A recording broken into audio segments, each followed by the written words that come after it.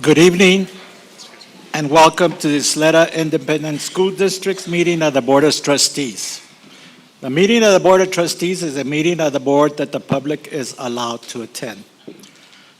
As provided, Ysleta ISD Policy BED, we invite members of the public to make comments during the citizens input portion at the start of the meeting, according to the instructions provided with the electronic posting notice of our meeting.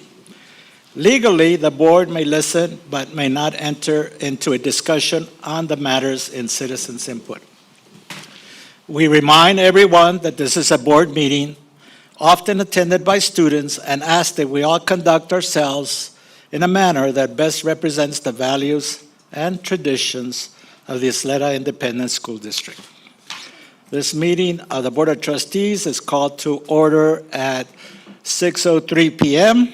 We have a quorum with Shane Haggerty, Chris Hernandez, Charlie Bustillos, Mike Dwyer, Catherine Lucero, Connie Woodruff, and myself, Cruz Ochoa. Trustee Bustillos, please lead us into the Pledge of Allegiance and moment of silence.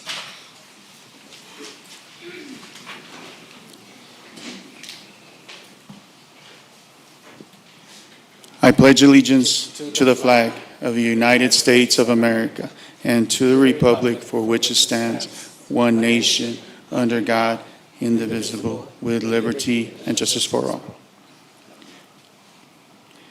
Texas flag pledge. Honor the Texas flag. I pledge allegiance to the Texas, one state, under God, one and indivisible. We have a moment of silence.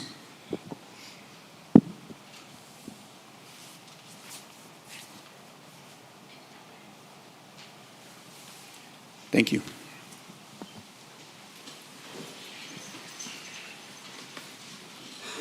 Thank you, Trustee Bustillos.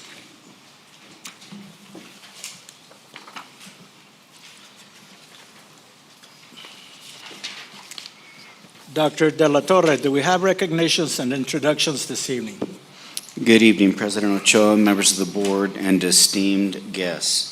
We do. I invite our Director of Communications, Ms. Tracy Garcia, to lead in our recognitions and introductions this evening. Good evening, Mr. President, members of the board, Superintendent Dr. De La Torre. We have two recognitions tonight. At this time, we ask our trustees to please come to the front of the dais. Audience members, please remain seated until recognitions are complete. Thank you.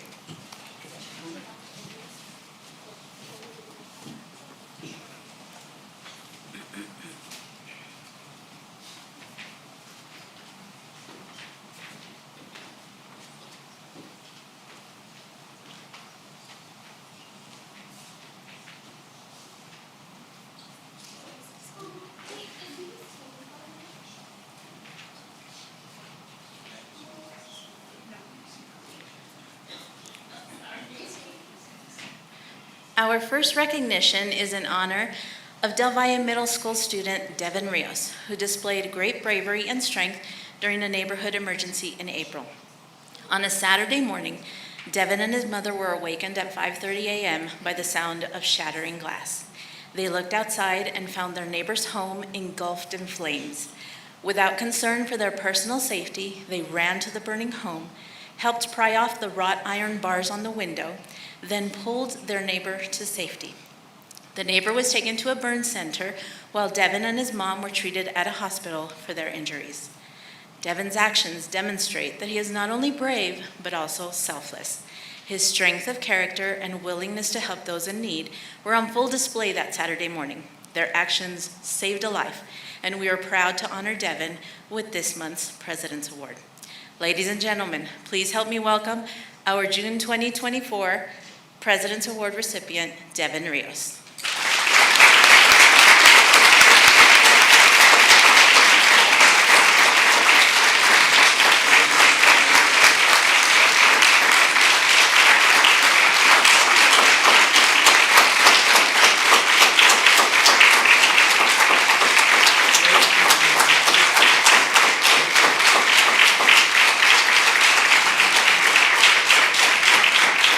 He is accompanied by the person who nominated him, Cesar Chavez Academy Assistant Principal, Dr. May Reed.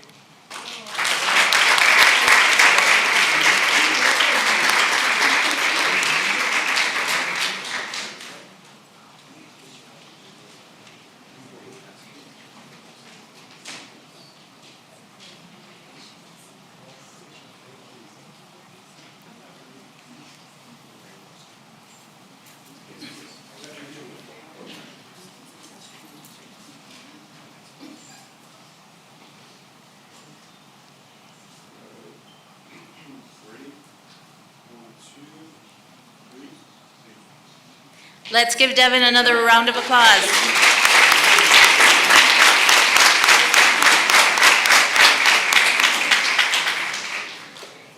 Our final recognition honors a group of teachers, instructional coaches, interventionists, coordinators, and instructional specialists who have completed this year's Aspiring Leadership Academy, which develops leadership in order to improve organizational effectiveness and promote a culture of learning and engagement.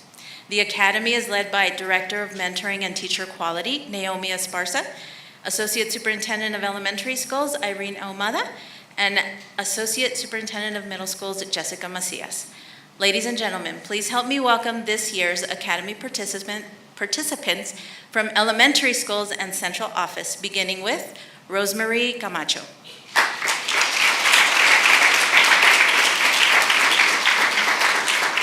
Elia Contreras.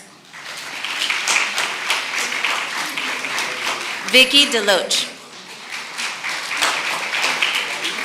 Eileen Garcia.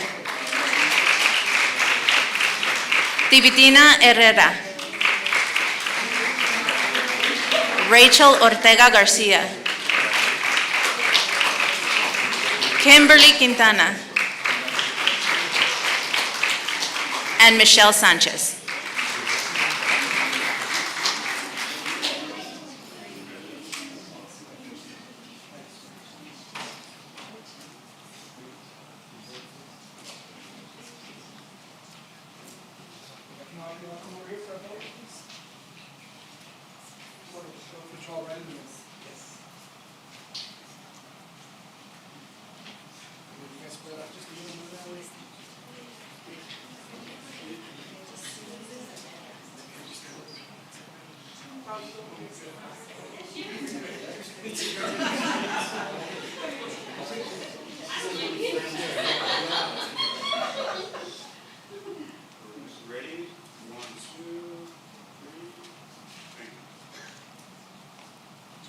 Let's hear it for our first group of Academy participants.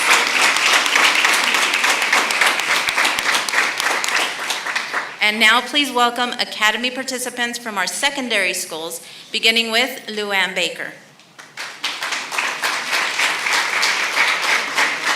Luz Calzada. Lorena Garcia. Claudia Jordan. Ruby Lucero. Dana Molden. Lisa Paz. And Mireya Perez.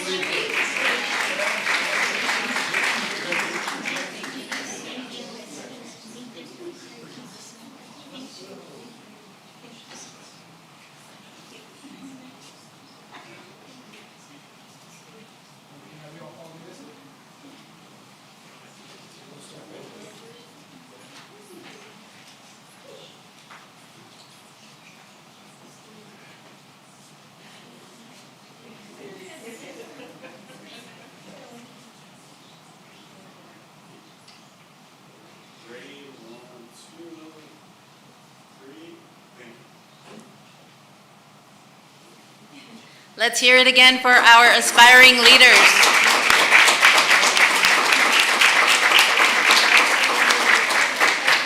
This concludes our recognitions tonight. Thank you.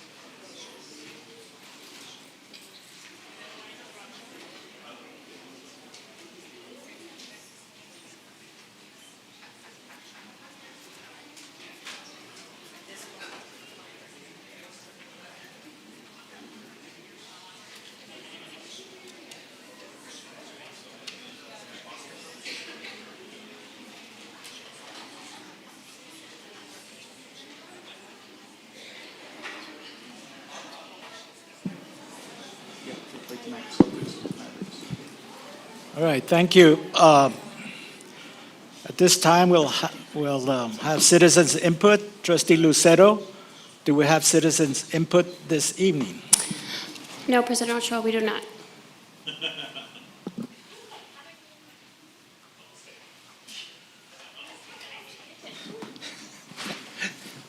Okay, thank you. Dr. De La Torre, do we have any presentations this evening? Yes, President Ochoa, we have one presentation this evening by Hello Heart Hypertension Program with Aetna. This time I'd invite Danielle Ritter, Vice President of Sales with Hello Heart.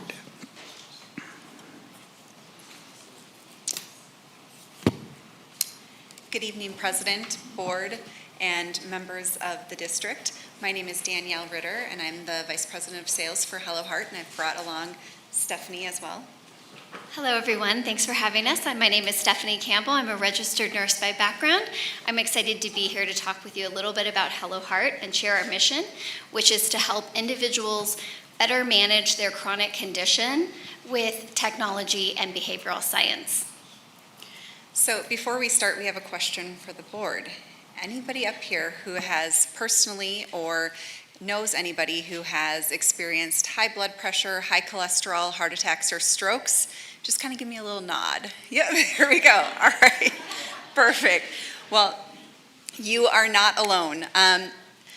Why make heart health a priority? It's because it is the number one in prevalence, number one cause of death, and the most chronic expensive disease out there. 56% of the population has high blood pressure and or high cholesterol. So that's why this is a very important program that can help your members out. So what is it? In a very high level overview, it is a blood pressure monitor that you receive from Hello Heart that connects to an app on your phone. Through that, you're able to track your blood pressure, your cholesterol. You can track medication that you are taking and your adherence to the medication, as well as sync up with your activity and your weight. And what this does is it helps provide insights for you through digital coaching. The program also detects irregularities in blood pressure and pulse, and so it can even send you back to your primary care physicians if it's seeing that you're still having blood pressure reading results higher than you should and you're on medication. Or it may direct you back there if it's outside of your normal ranges. We have health equity reports out here that show across the demographics of women, men, incomes, geography, races, ethnicity. Our results are the same straight across the board. And we also have a feature within the program for women's heart health. And that features focuses on women who are reaching menopausal age, because then your heart health risks increase. Throughout this program, there's also report sharing that you can share with your physicians or your care managers. And this helps you engage in your care program even better, and you'll see increased results. So I'm going to pass it over to Stephanie to talk about those results.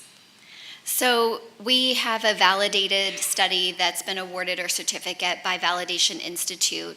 They looked at our data and they found that we are able to save 19% total medical costs after 1 year of participation in our program. And you can see the buckets that those fall into.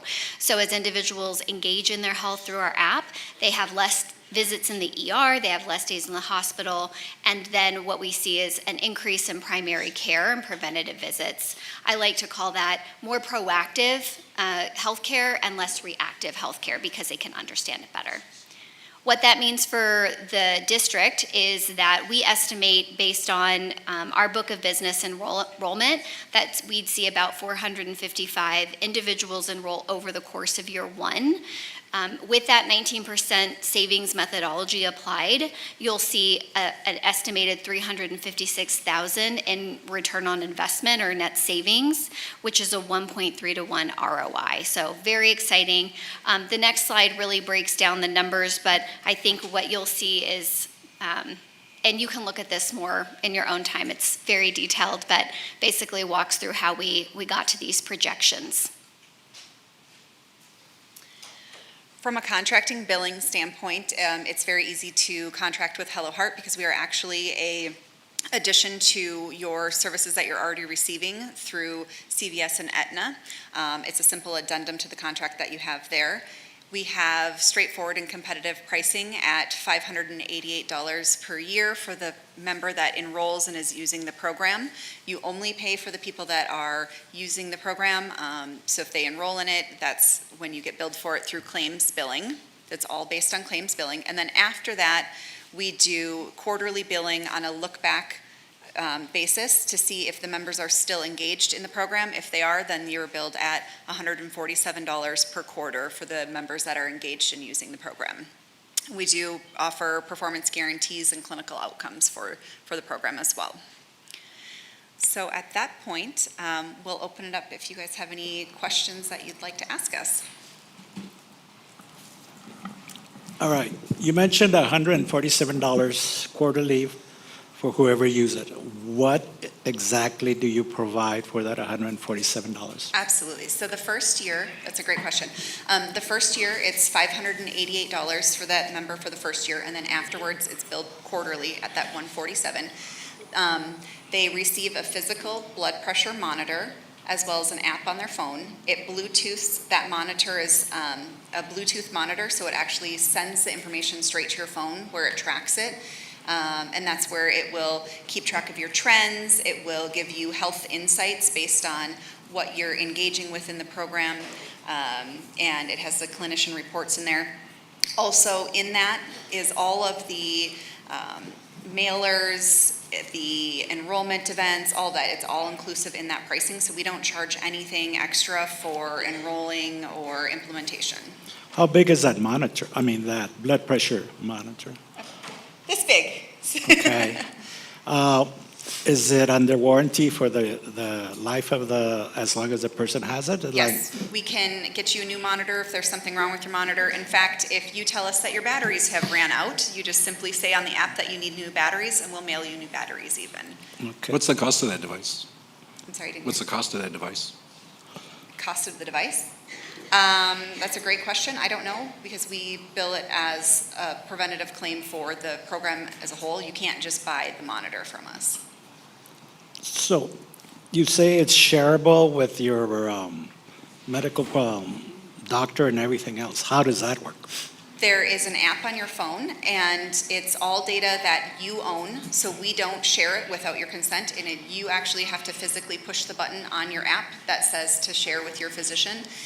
It can be done through fax, email, or syncing up through, if you have stuff like MyChart or other medical conglomerates, it can share through those. So it's up to the individual to coordinate with their doctor to use that app. Yep, so during our implementation, we can actually sync up with, if you have local clinics or anything, Stephanie, you want to talk to that? So I think the question is, how are users having a conversation with their doctor? And so what typically happens is, from a clinical perspective, someone's taking their reading, it's sending it over to the application. The AI in the background is showing them, hey, your risk is going up, your blood pressure is going up. You can see visually on a trend line how your blood pressure is doing. That usually prompts the user and will also prompt the user to say, it's time to get connected to your primary care doctor, really driving them back to that care proactively. So what typically happens with individuals is that if they're not monitoring it and their blood pressure is very high, it can cause pretty catastrophic. Now, is there training for the individual to use that monitor? Because if it's like my wife, she uses it once and then puts it away in the shelf and never uses it again. So it doesn't do them any good if they don't monitor. How often is it a recommended monitoring for this? Daily? So it will give you reminders. You can ask it. It gives you reminders. Yes, Okay. through the app, it will give you reminders to do it. From a training standpoint, our app and the program itself is built around a 3rd and 4th grade usage and comprehension level from a technology and reading comprehension. So it's very, very easy for somebody to use. It actually, when you first set it up, it goes through in simple terms as well as pictures that show, here's how you put the blood pressure cuff on, make sure your feet are uncrossed, take a deep breath, relax, go ahead and take your blood pressure. So it walks you through all of those steps with pictures as well. And then, if you get a high blood pressure reading, it will actually walk you through those steps again with pictures so that you make sure that you have the blood pressure cuff on correctly, your feet are uncrossed, and it will give you insights like if you're tracking medication, it will actually say on there, hey, did you take your medication today? And if you answer no, it will remind you to take your medication and tell you to come back in an hour and check your blood pressure again. What is this personalized with AI? Yeah, so I always like to joke around with Stephanie and I, because you would think that we would get the same digital coaching within the program, right? Like, why not? We're roughly the same age. We're both females. Stephanie's down here in Texas. I'm out of Minnesota. So in the middle of January, it would not tell me to go take a brisk walk outside as one of the insights. And similar, in August, it's definitely not going to tell her to do it either. But also, we're going to engage in different things. We're going to have different readings, and so, in even different backgrounds, right? And so it will start coaching you similar to if you've got Spotify or even Facebook, Instagram, anything like that, where it's giving you information back that you're engaging with. So same thing, Stephanie engages a lot with the exercise portion of it and the activities portion of it, and maybe I'm engaging more with the healthy eating and recipes portion of it. So it's giving those coaching that you're enjoying and that you're seeing progress with. It'll slip the other stuff in here and there because maybe you're ready to try some meditation now, but the program is very customized. The more you use it, the more insights you're going to see that are very relevant to what you're doing. And I'm asking these questions because there's a lot of things that have to work, like how do you provide the data to the app so it can customize your coaching as far as the AI, because the AI is looking at data in order to customize your whatever it's asking you to do. So how does that happen?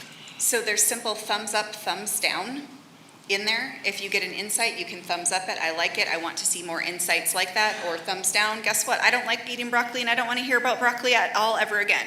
And so it won't feed me that type of insights in there. Can I add something? Yes. I would also add, so as you start to take, because the recommendation for someone who has high blood pressure is to take their reading every day. So this is a cuff, it'll pull it in. Then as the program starts to see your trends, it'll call out, hey, we see you're walking, because you can also track activity. And when you're walking, your blood pressure is lower. Did you know? And so it reinforces any kind of lifestyle activities that the user is doing as a result of the digital coaching, right? The digital coaching is based on eating healthier, moving more, managing stress, and getting better quality sleep. So as they start to take their readings, we can connect what's happening in their life and then show them on graphs so that they can reinforce those behaviors. How is this program connected to what we offer as insurance and the benefits that they offer regarding preventative and other products that they have through Aetna? Yeah, so typically what happens is if you have any other programs, we can highlight them in the app. We can also pull data points in, so maybe they have something like weight management program. We can highlight to the user if they are tracking their weight and maybe they are at a certain BMI that they might be eligible for their weight. Typically, I don't know what other programs you have in terms of your medical carrier, if there's hypertensive programs in place today, but what we see is it's a great complement to those programs because it's digital only, so no one has to make an appointment at the end of a workday, which can be a barrier to seeking care. So as they take their blood pressure, it's just from the comfort of their phone, they can see those trends, they can start seeing insights and recommendations on how to live healthier, and then the result is that we can also drive them to those other programs that you have in place. One more question.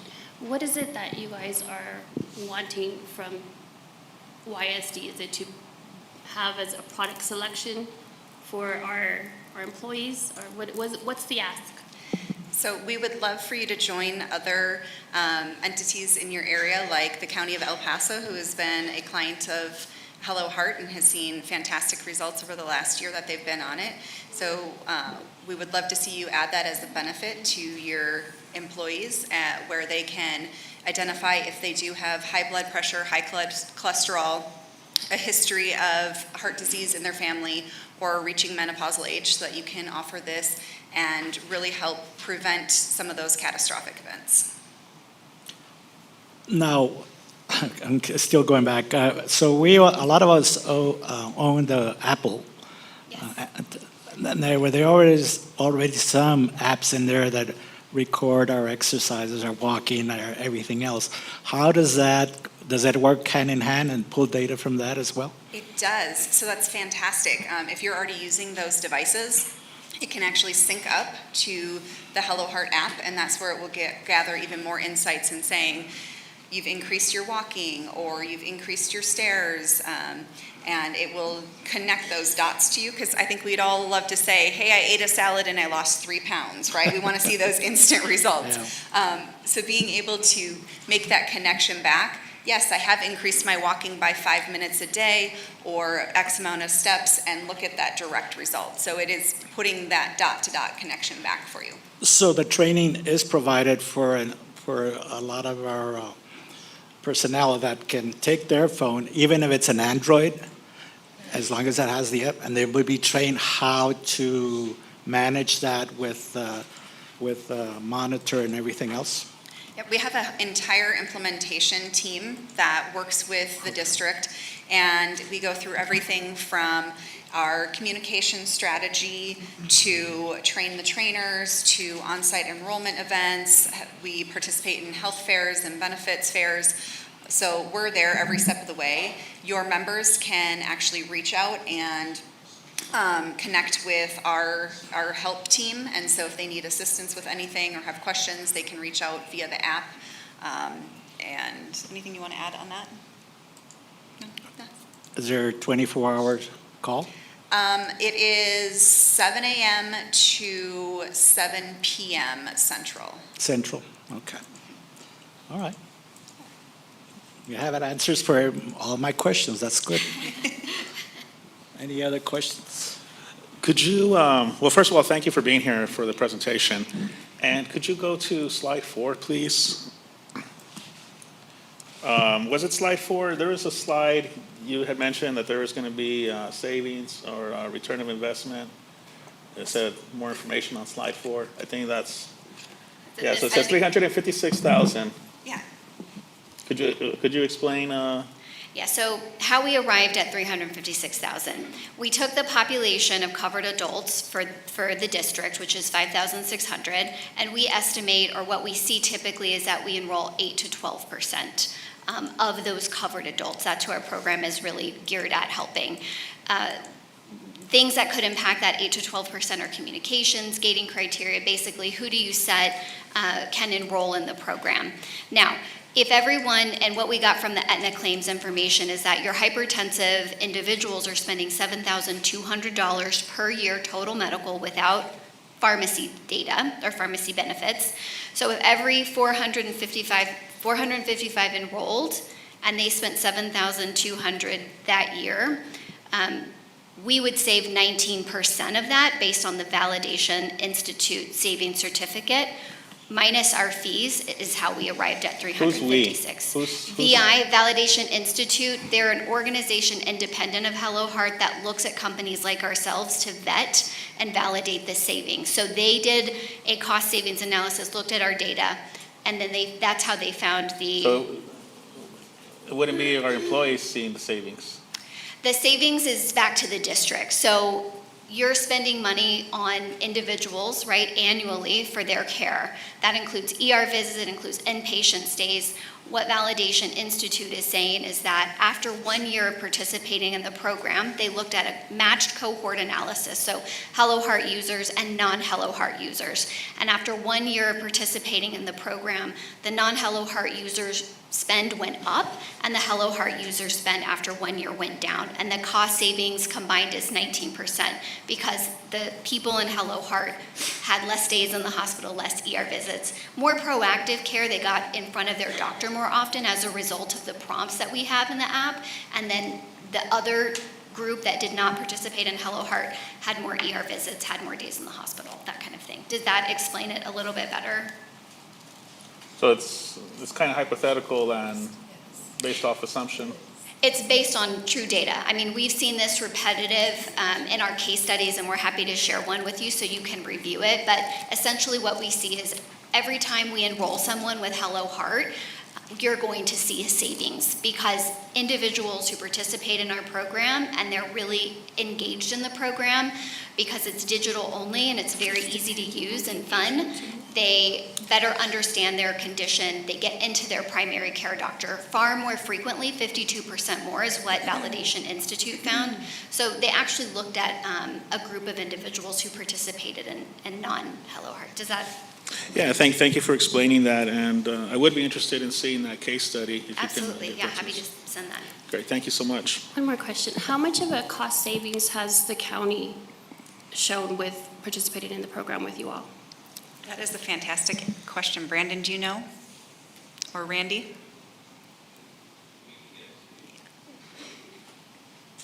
Great questions.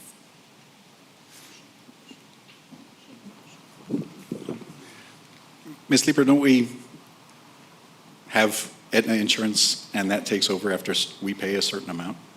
What is the threshold when you start? Aetna is our third-party administrator, yes.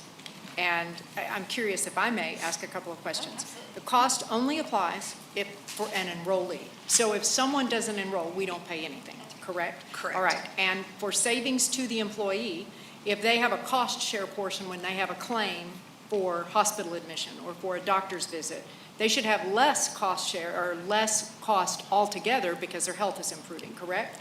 But us, as self-funded insurers, also receive the benefit of it because I'm paying out less in claims, or our health fund is. So now, back to your question, yes, Aetna is our provider, and I'm sorry, what else did you want to know? Don't we have about like a stop loss, like we pay a certain amount and then the insurance kicks in? it? Yes. What's that amount? What's the amount per claim, or I have? No, I don't think you're asking about stop loss. Like, if I have $1 million claim, when do I have to kick in money and when does stop loss? That is what you're asking? Right, do we pay 100,000 and then they pay the rest, or when, 350 now? 350,000 is our stop loss now. is that per case or is that collective? Per case? Per year? Per case. Per year? It's like So we if the had, case continues beyond year one, the 350,000 is the only stop. Okay. Did you get that? It's per case, not per year. and we're not paying for the devices, the insurance company's covering that? Because you said that you submit the cost for the device? Yes, so you're not paying for, like, the individual member's not actually paying for the device. It's billed through Aetna as a preventative claim, similar to if they were going to go in for their annual physical. It's billed as a preventative claim. Because I'm having a hard time understanding why all of it isn't taken care of under that scope. Why are we on the hook for $300,000 when it's saving the insurance company money as well? When there's apps, we're paying $300,000 for access to an app? Right. So, yes, put very simply, they are paying for the application. But the application has been validated both financially and clinically. I don't think we shared this, but typically we see about a 21-point drop systolic in our population. We just did a 100,000 live study that was published in the Journal of American Heart Association that showed not only hypertension reduction, but also cholesterol reduction. So put very simply, yes, you're paying for an app, but the app has really been proven to help individuals better manage their chronic condition, hypertension specific and cholesterol, and really, again, get more proactive with their care, see their doctor more often. And in the long run, you're saving money because people aren't having those heart attacks and strokes down the line. They're getting healthier, they're going to see their doctor, they're taking their medications more proactively. Can you put into perspective what a 21% or 21-point drop does for your risk? Yeah, so not Hello Heart study, but a study published in one of the top journals found that even a 10-point reduction in blood pressure reduces your risk of heart attack and stroke by 20%. So at 20 points, we're dropping the risk of heart attack and stroke by 40%, which is really profound when you think about the overall population and how much of a risk reduction you have just through the app. And I apologize, and I really appreciate what you guys are doing, but if it saves even one life, it's great. But $300,000 for access to an app, and I thought it was $300,000 period. It's $300,000 per year if we have 455 people on it. Oh, I think sorry. That was what we projected your total cost for everybody that would enroll in the program. Your cost per individual is $588 per year. So then 588 times 455, it's close to $300,000. Yeah. Right. but- 267,540. Yeah, so that's for the whole program, not per individual. Right, right, I get that, but per year. It's a one-to-one ROI, but here's the other statistic, and somebody else might be better able to explain this, but what typically happens year over year is individuals who don't get better control of their chronic conditions will spend more. So today you're paying $7,000. Next year it might be $8,000. The next year it might be $12,000. So by investing in a program that's going to help users really understand their chronic conditions and get ahead of it and drop those numbers and really make an impact, you're going to see them save, but also be healthier. That translates to also better productivity, better or less absenteeism and all that. I got you. But there's I hear what you're saying. blood pressure cuffs, and I looked them up, that are Bluetooth compatible. They'll connect to the iPhone and the Android, I checked. Yes. There's the free Health Connect for Android. There's a free health app by iPhone. If we were to buy those Bluetooth devices at, I think it was like $80 a piece, 455 of them would cost $36,400 once. We're looking at approving the budget today where we're deciding whether or not we even have any money to give raises to teachers who deserve it. And we're telling, the immediate is we don't have money for raises, but we have $300,000 a year for 455 people to get access to an app. I just don't see where this is the best time to even consider this program. And I I appreciate what you're doing. Yeah. I definitely do. it's a little tough to get behind. And I understand what you're saying. When you just take your blood pressure and you don't understand it, and you look at the numbers and you say, okay, I fall into this category, right? And you don't have the next step, that call to action, you will still continue to have those same blood pressure readings. But what we're doing is we're giving you that next step. We're empowering you with information on what that reading even means, what it means to you, in terms of, and what it means in terms of like your average of readings. So it can be high for your average of readings, and that might be a concern because even though you're in kind of that orange range and not to red, if it's high for you personally, that means that you are at risk for an event to happen. And so it's really empowering that member to take control of their health and understand what that means to them. I talked to my son, and what he said was like, well, if I see there's a reading that maybe I don't understand or maybe it looks high, there's a nurse at my school, and I can go talk to her. And again, I appreciate it, but if we were to take that same $300,000 and put it into a raise, at least we would have something for the teachers this year, as opposed to nothing. So, Mr. Haggerty, if I may. Okay, So as you well know, this is all related to the health fund. It can't be used for raises. It's not money that can be diverted to the general fund. And so in our proposal on May 15th, we indicated at that time we would hold employees harmless for any increases in health insurance. So on the flip side of that coin, I'm looking at ways to protect the health fund. And so if 455 people enroll, that means there are 455 people who have this problem, who are taking responsibility. And I agree, a blood pressure cuff is maybe $80. But it's the additional insights, the people resource. They are committing to taking care of themselves, and that protects the health fund. Even if we don't do anything on this today and we say, you know what, let's roll out our own plan. Let's see if we can track it ourselves. I can't divert this funding into raises. but the money that the district puts into the health fund, is that reserved just for the health fund, or does that come from our general fund when we need to increase that The employer amount? contribution comes from the general fund. So in You essence, could lower it. we're moving $300,000 out of the general fund. No. If we were to need to increase costs on the health side, and we would need to put in more money from the district side to hold the employees harmless. No. So we have a per employee per month cost that we already contribute to the health insurance fund. I can't reduce it any further. In order to insulate employees from any premium cost, I have to contribute the minimum that's in the budget today to the health fund to ensure that all claims next year could be covered. So I won't be paying $367,000 more into the health fund. Unless it but- goes up. Unless it goes up, but I'm still insulating employees. So Right. if it goes up, it's coming from operating. This Right. is not going to drive up an increase in operating. Shane, may I ask one more question? Ms. Lieber, I hear what you're saying, and I understand what Shane is saying too. Or Trustee Haggerty, I think it would be important and maybe help us understand more if we can get the information from Aetna, exactly what they provide as support service, preventative services.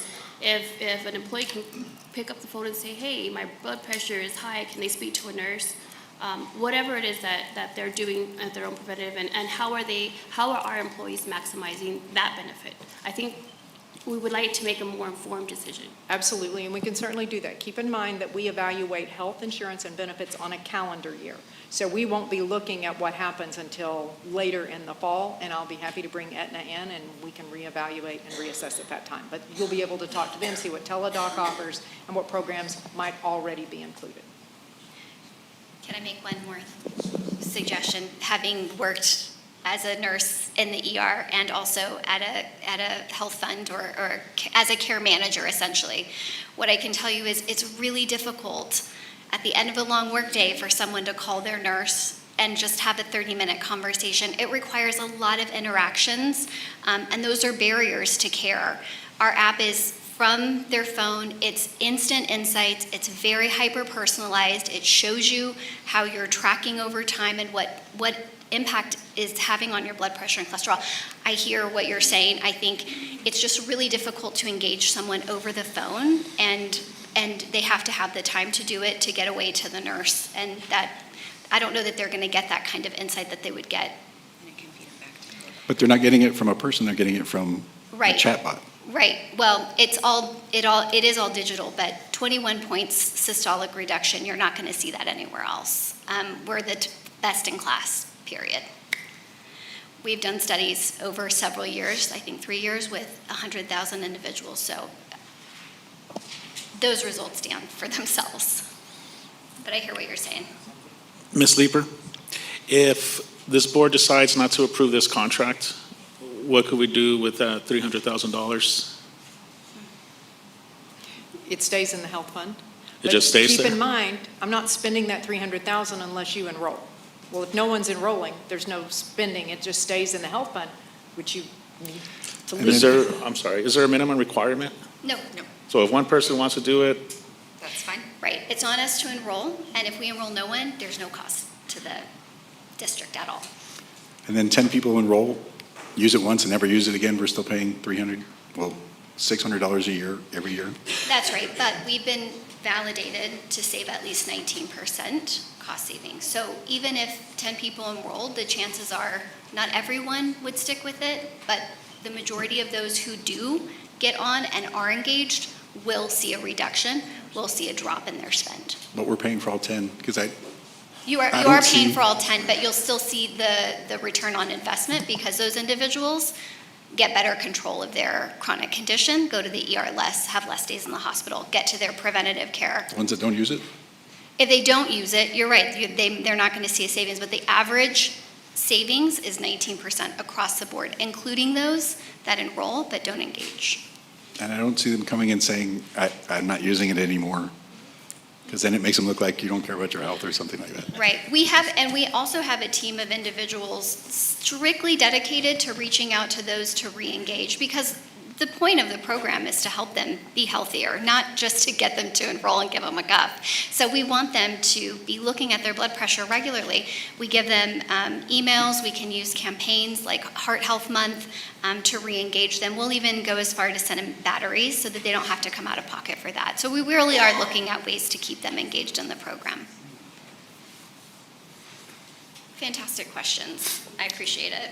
Can you clarify one more thing for us? So if, to Mr. Haggerty's point, he decides he doesn't want to use it or they don't get the return, what happens to their fees? Is there, So that first year, you do pay for that whole first year upfront. That's how we are able to not charge any implementation or startup fees or anything like that, as well as for the device. We also know that human behavior, typically it takes time to build a habit, and so that allows us that first year to build a healthy habit. After that, after that first year, if that person is no longer using it, we do a quarterly look back, and they haven't used it for that quarter, you are not billed for that person. And so that's how it goes from there on out after that first year. And if you don't meet your performance metric? Yep, then we actually refund portions of the program, so we can provide you with our P's and G's. And the portion that's refunded is how much? It's based on clinical. Yeah, so it's based on, there's a whole scale that goes into it based on the clinical data that you have and how many participants that are enrolled in the program. Okay, thank you very much. Thank you. We appreciate your time.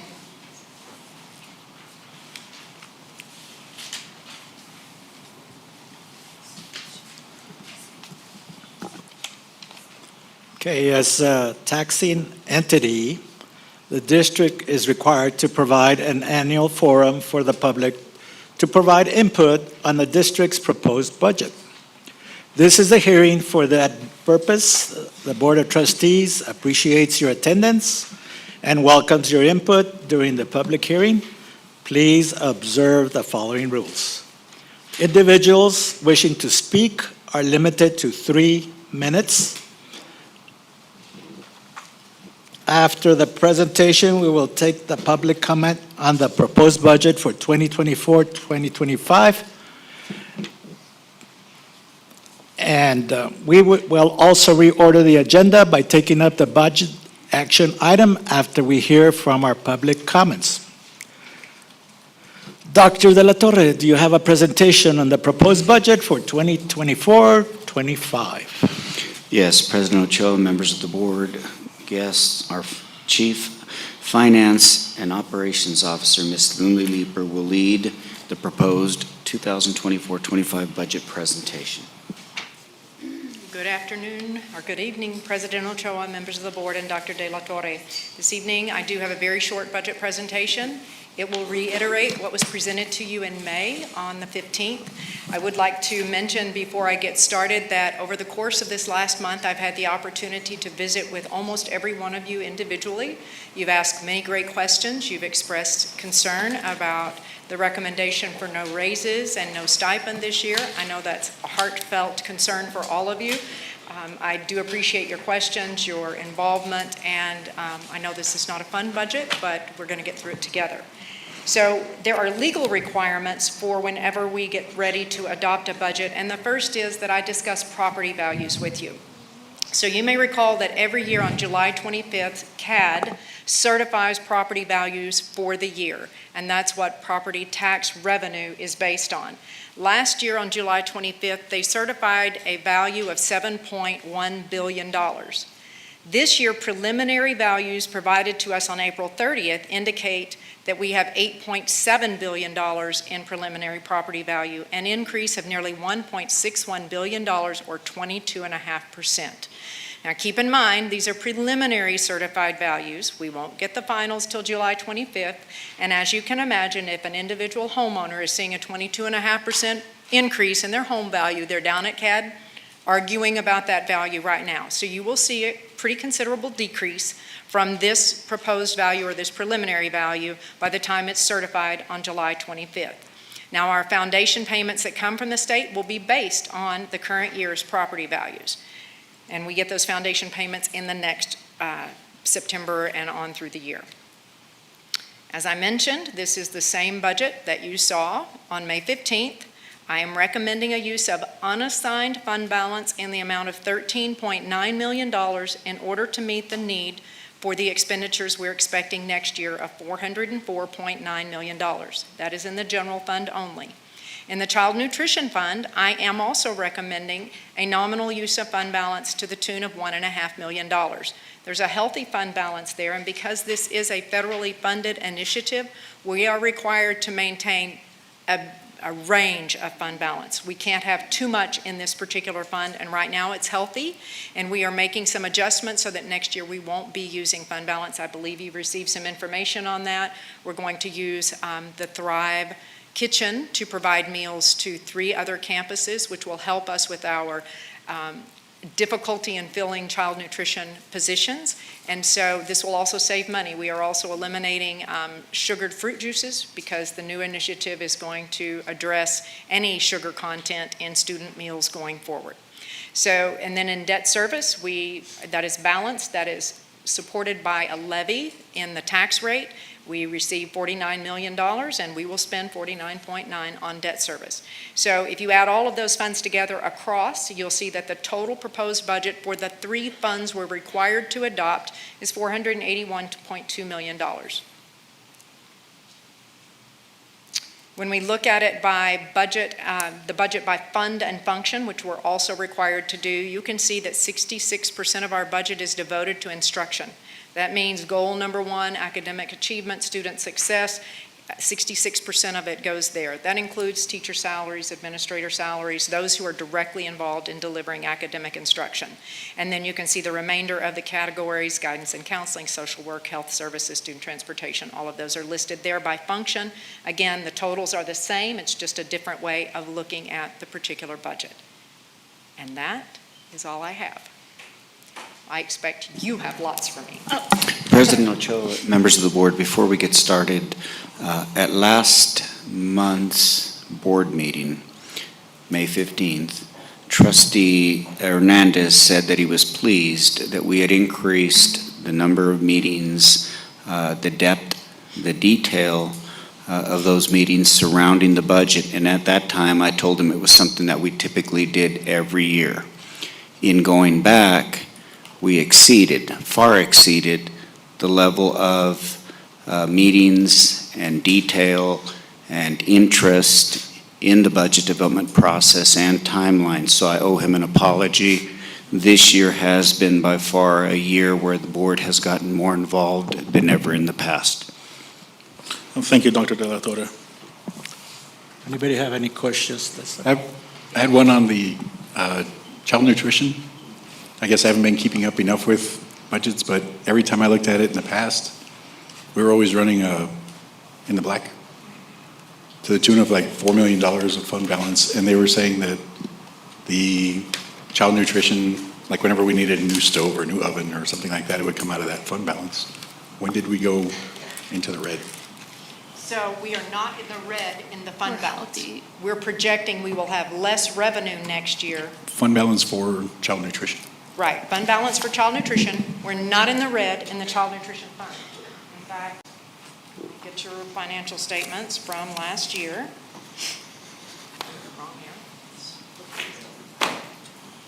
Okay, so child nutrition's fund balance at the end of 2023 was $4 million. Is that right? No, wait a minute. Yes, it is, $4 million. And we're going to use $1.5 million of that And we're $4 going to million? use $1.5 million of that. That That's isn't correct. coming out of the general fund That's balance. correct. It's child nutrition. It is a separately adopted fund and a separately managed fund. Thank you. I would like for you to explain, it's not a question, it's more of an ask, the portion of the, kind of what we discussed, the portion of the deficit, 13.9, it is, and then the amount that we're expecting to receive from the state, what the exact amount is, and how, if we do decide to do $3 million in stipends, how it would balance out. Okay, so when we're looking at this 13.9 million, this is coming from unassigned fund balance, of which is about 62 million, right? And that is the element of fund balance that is usable for these things. Now, you've heard me historically say, don't use that fund balance except for one-time capital expenditures. It should never be used for recurring expenditures because you continuously be doing that. So we also talked a little bit about, I've seen a worksheet that's been passed around today that talks about, oh no, your deficit is much more when you amend your budget first quarter of the year, you are spending much more than that. You're raising the deficit in the budget. So let's talk a little bit about that as we did earlier today. If you can imagine, I'm going to relate it to your household because I think this is probably the simplest way to look at it. From January to December, you and your household decide this is our budget for the year. We have paychecks coming in, we might get a tax refund, maybe we have an escrow refund, and then we have these things going out. We got a car payment, a house mortgage, utilities, all those kinds of things. So you develop that budget. And in the course of developing the budget, you say, you know, at the end of the year, if we really work hard, we pay off the car and we spend wisely and we don't have any unforeseen expenses, no major appliance breakdowns, nothing goes wrong in the house, I think we can afford to take a vacation in December. When we get that 2-month break, or 2-week break, let's take the kids and let's go to Disneyland. So everything goes great. You get to December and you say, we are on track. Car's paid off, no major expenditures we weren't expecting, let's go. But you also think, you know, why don't I use my credit card so I can have the miles and save the cash and get the miles on the credit card? Well, your budget, so you take the trip. December ends, you've taken the trip, y'all had a great time.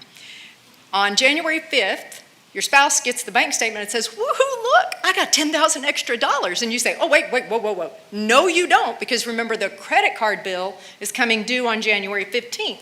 You can't spend what's there because I've assigned it, which is exactly what your assigned fund balance it is. It is the money that we've committed to pay, but we're not going to pay it until the beginning of the next year. So every fall, for those of you who've been on this board for a while, every single fall, usually in September, I bring you a budget amendment and I say, okay, here's everything that's rolling over we haven't yet paid for, and I got to pay for it now. To be fair to campus administrators and departments, I don't say, well, it's tough. You have to pay for it out of your current year budget. I say, no, this was savings. It's in the account because we budgeted for it last year, and I'm going to assign that fund balance so that you can pay those expenses budgeted last year out of last year's funding, not your future year funding. So that's how assigned fund balance works, and you see that. When you've looked at budget amendments over the last 3 to 4 years, they've ranged between 17, I think, and $33 million. And you're going to see me do that again, and it's going to be a big one because I'm going to finish construction in November 24. It's going to roll into this year, so I'm going to take $23 million from last year's fund balance that's assigned in the construction line, and I'm going to spend it. So when you look at expenditures, even though I'm saying $404 million, you can automatically add $25 million to that from the construction fund balance, and I'm going to spend it for that exact purpose. You may remember in about 2017 or 2018, we collected a large hail claim. And we sat on that money, kept it invested, but put it in construction fund balance and held it for nearly 5 years until we passed both bonds, and we could use it with that. We could cobble the money together and make better improvements to our roofs when we went in and converted to refrigerated air. So when I say fund balance is restricted, it's restricted for specific purposes, and when I spend it, I increase your budget so I can spend it. It's not part of the annual plan from January to December. It's been part of an older plan, and I've held it so that we can spend it for this purpose. Does that get you? We're almost there. Okay. The other part of that was The state funding that may be coming. yes, the state funding and how essentially we will end up balanced. Almost even, maybe? Almost even. All right, exactly. so if the state comes through, and I'm only cautioning you on this because the reason we didn't have meetings in 2023 is because we had 4 legislative sessions and we kept waiting. They're going to do something. They're going to do something. I didn't want to go through the angst of presenting a budget that was such pie in the sky because I had no idea what the state was going to do, and they kept delaying and kept delaying. In years 22, 21, 20, we have at least 3 workshops, at least, where we focus on budget. And often they're out here in this middle room where we sit around the workstation tables and do it. But last year, you're right, we didn't. We had just the one meeting when it was time for adoption. Now, the reason I'm saying that is because we're back in that same place. We don't know what the state is going to do. We do believe Governor Abbott has the support to get his vouchers and his education savings accounts passed. If he does, we anticipate there will be an increase in the basic allotment of which we've spoken. There has not been an increase since 2019 in that allotment. If we estimated it's $540 per student in the basic allotment times 31,000, which is the average daily attendance, which we actually get paid on, It's a little more, it's almost 16.5 million. So I think what Ms. Lucero is alluding to is 16 million would cover this 13.9 that I'm recommending you use out of assigned fund balance to balance this budget, plus the 3 million that we have said the one-time lump sum $500 payment will cost us. And that would be, we would spend it all. Prayers for no hiccups, no unforeseen conditions, no breakdown in chillers, no loss of equipment, because otherwise it'll take 2, maybe 3 years to make it up. But yes, ma'am, if we get the 540, it's roughly 16.5 million, which would cover this deficit and the one time. Thank you. Yes, ma'am. No, anybody else? I do have some questions. Over the years, you said that we make amendments to our budget after this meeting, because you bring the budget to us and then we make an amendment. And back in 2022, we had a deficiency, I think, of $337,000. Back in 2022, is that correct? So in 2022, I brought you budget amendments for 28.4 million. Right. Yes, sir. So Now, we, again, that's the so the actual, assigned fund balance. so the actual we had and ended up with 337,400. Is that correct? No. Which year are you looking at? It's April 30th, 2022. Okay, there was a budget amendment on April 30th, 2022? That was what you proposed, but that's what you showed. This is the document you printed. Which one is it? So that I can show it. Right here. This one. Yeah.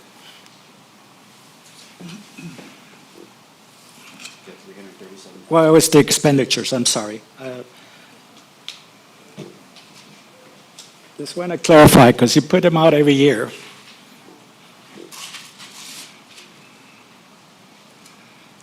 Okay, so in the general fund, on April 30th, 2022, in the synopsis that was presented to the board for financial statements, we had, at that time, which is April 30th, our expenditures exceeded our revenues by $337,000. Right. Yes, sir. Okay. In 2023,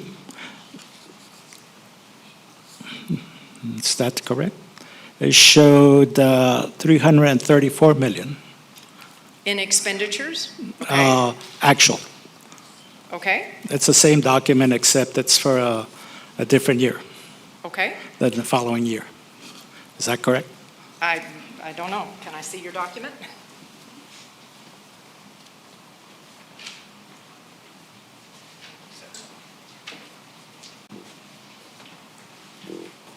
Yes, sir. So April 30th, 2023, at that time, we actually had a profit of $6.8 million in April. Expenditures at the time were 334. I'm not sure why I'm looking at April, though.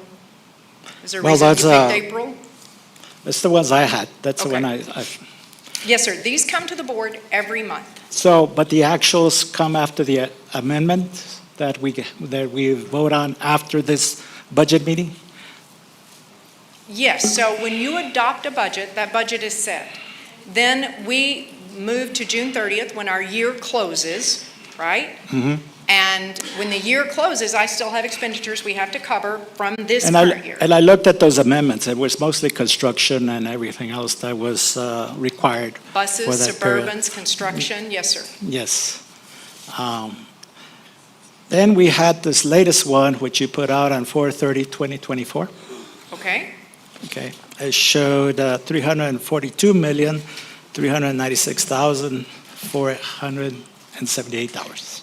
okay, Now, on the summary, and this is what I'm leading to, you said that the following information summarizes the activity for the month of April 2024, which is the 10th month of the fiscal year of 2023-2024. Okay, management does not find anything in April activity that is out of the ordinary when compared to the previous fiscal year, which was the ones we just mentioned. At the end of April, general fund expenditures exceeded the revenues by 30.6 million. Each month, the district receives 26.4 million from its annual foundation entitlement. However, April and August are the 2 months when the district does not receive foundation revenue payments, with 3 more foundation payments remaining to be received for the fiscal year. And by diligently monitoring expenditures through the end of the year, we anticipate a nominal decrease in fund balance. Yes, sir.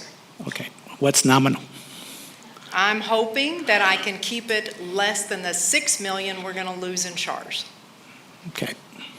So now my next question is, and that's because I'm not too informed, what is the annual foundation entitlements? It's the money we get from the state. It's a permanent school foundation revenue. So it's the state contribution, and we estimate that's 80% of our budget. And we don't get money in April, right? That's what you stated, yeah. Yes. And we don't get it money in April and August. That's 2 months. Just for my own education, why don't we? I don't know. David, do you know why the state makes that schedule? It depends on the payment class.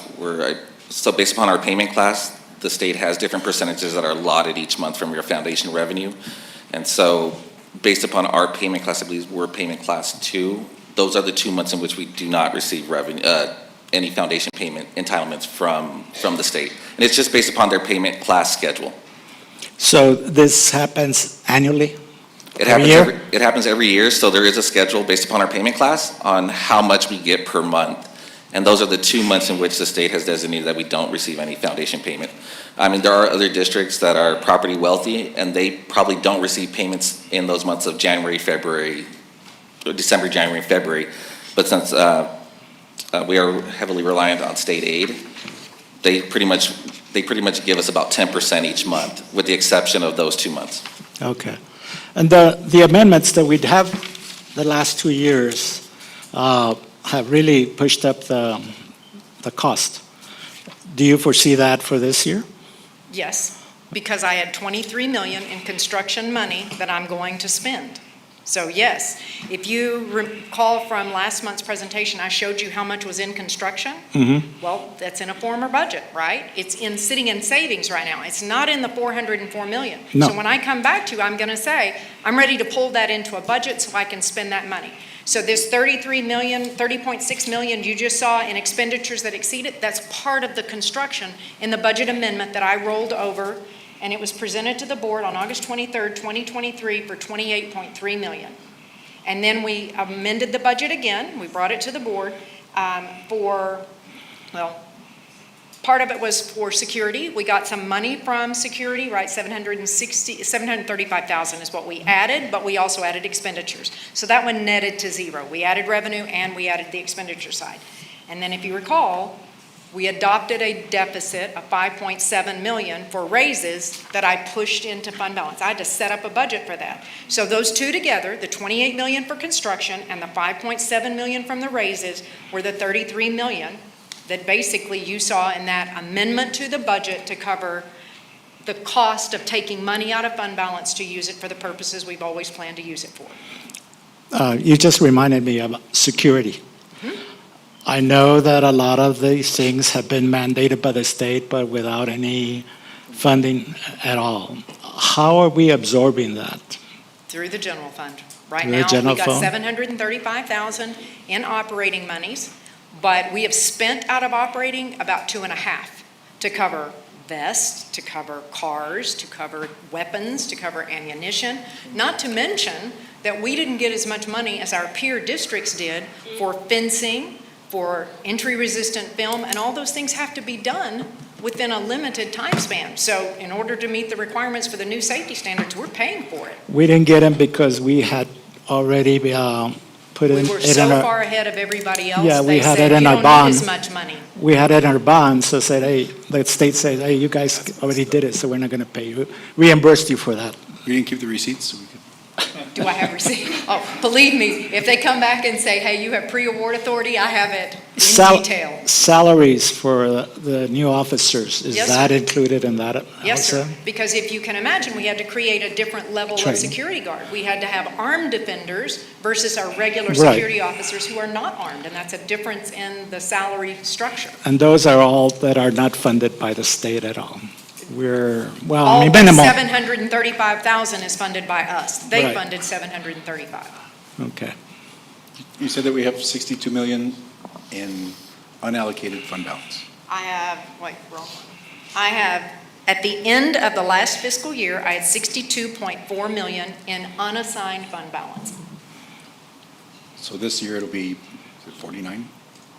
So this year, if we use the 13 and don't make up any of it during the year and don't get state funding, yes, it will drop to 49 in unassigned fund balance, right And then- around 50.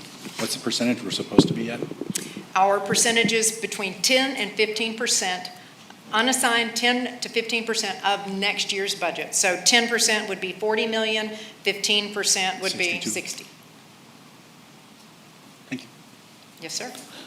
Mr. Ochoa, we're actually payment class 1. I was like, where'd he come from? Sorry about that. No, I just wanted to clarify, we're actually payment class 1, not payment class 2. I misspoke. What does that mean? That means our payments are spread out more throughout the year. So if you're payment class 2, like I said, typically in payment class 2, you don't receive foundation payments during the months of December through February because you rely heavily on your property taxes. Since our property taxes, our revenue is relatively low, the state provides us with a steady stream of funding throughout the year. Okay. Yeah, that makes more sense than what you just stated before. Okay. Okay. One more question, hopefully it's not, hopefully it's somewhere. I guess that it's easy to pull the information, but if we were to categorize the number of employees we have by job title, say we have faculty, staff, we have administration, we have hourly, what would the numbers of each category The be? number in those categories? Right. That's probably a Mr. Larman question, and he was going to be here for my meeting, Tequila. but there he is. I know it's probably 3,000 for teachers, administrators, and paras. I can't tell you, and I don't have that information.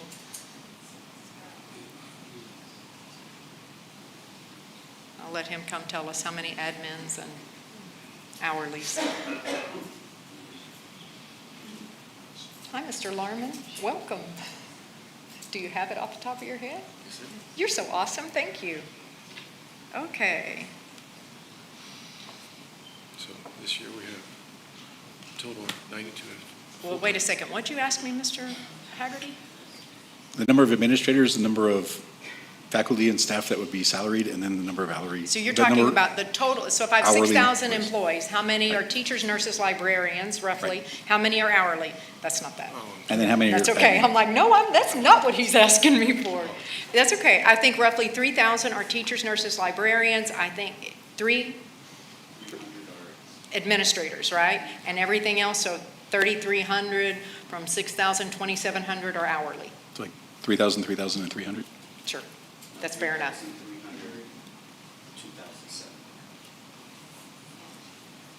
That's correct. All right, thank you. Thank you. No, No more questions? 2,700 hourly.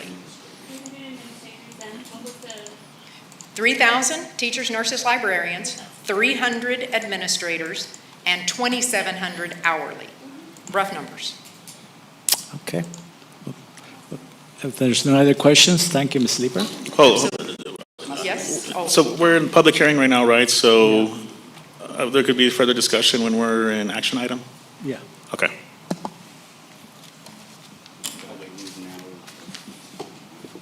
Yeah.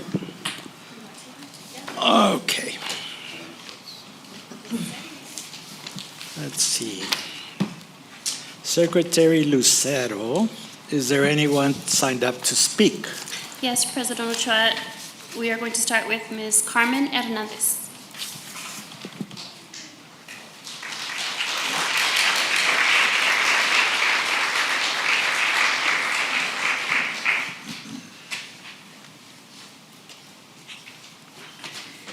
Good evening, President Ochoa, Dr. De La Torre, Board of Trustees. My name is Carmen Hernandez. I am a kindergarten teacher, and I am a proud member of the Ysleta Teachers Association. I am here to respectfully address the board and plead that you approve the 2 stipends for our employees. The first stipend being our holiday stipend, a second stipend for the spring, this in lieu of an ongoing much-deserved cost of living salary increase. We can call it a stipend, which is usually an incentive to complete a task. We can call it a bonus, which is a reward for good performance, but let's be realistic, okay? These stipends are one thing and one thing only, and that is financial aid, financial relief for our employees. This stipend is very likely to be used to catch up on the light bill that many employees can't pay. These stipends are very likely to be used to pay off credit cards that are being used to make ends meet. These stipends are very likely to be used to fix our cars, or maybe just to bring our vehicles up to par. We can't afford a new one, and we need to get to work. I know that my last stipend was used for exactly for that: an inspection, a registration sticker, and an oil change. Some of our YT members are being told that they are lucky to be receiving uniforms for work. Many of our employees are being reminded just how fortunate we are to still have that insurance coverage that we have. As teachers, we were presented with information on this step increase schedule, the TNL, a $50 increase that only 40% of our employees would receive. There is so much effort being put in convincing our employees that it's okay to not get a salary increase. The fact of the matter is that it is not okay. Our district has a responsibility to their employees. They need to sustain the needs of their employees, especially when we have hundreds of them making less than $15 an hour. Please do not ignore their needs. Please do not disregard the loyalty, the commitment, the dedication of the hardworking employees that continue to make this school district the district. Thank you.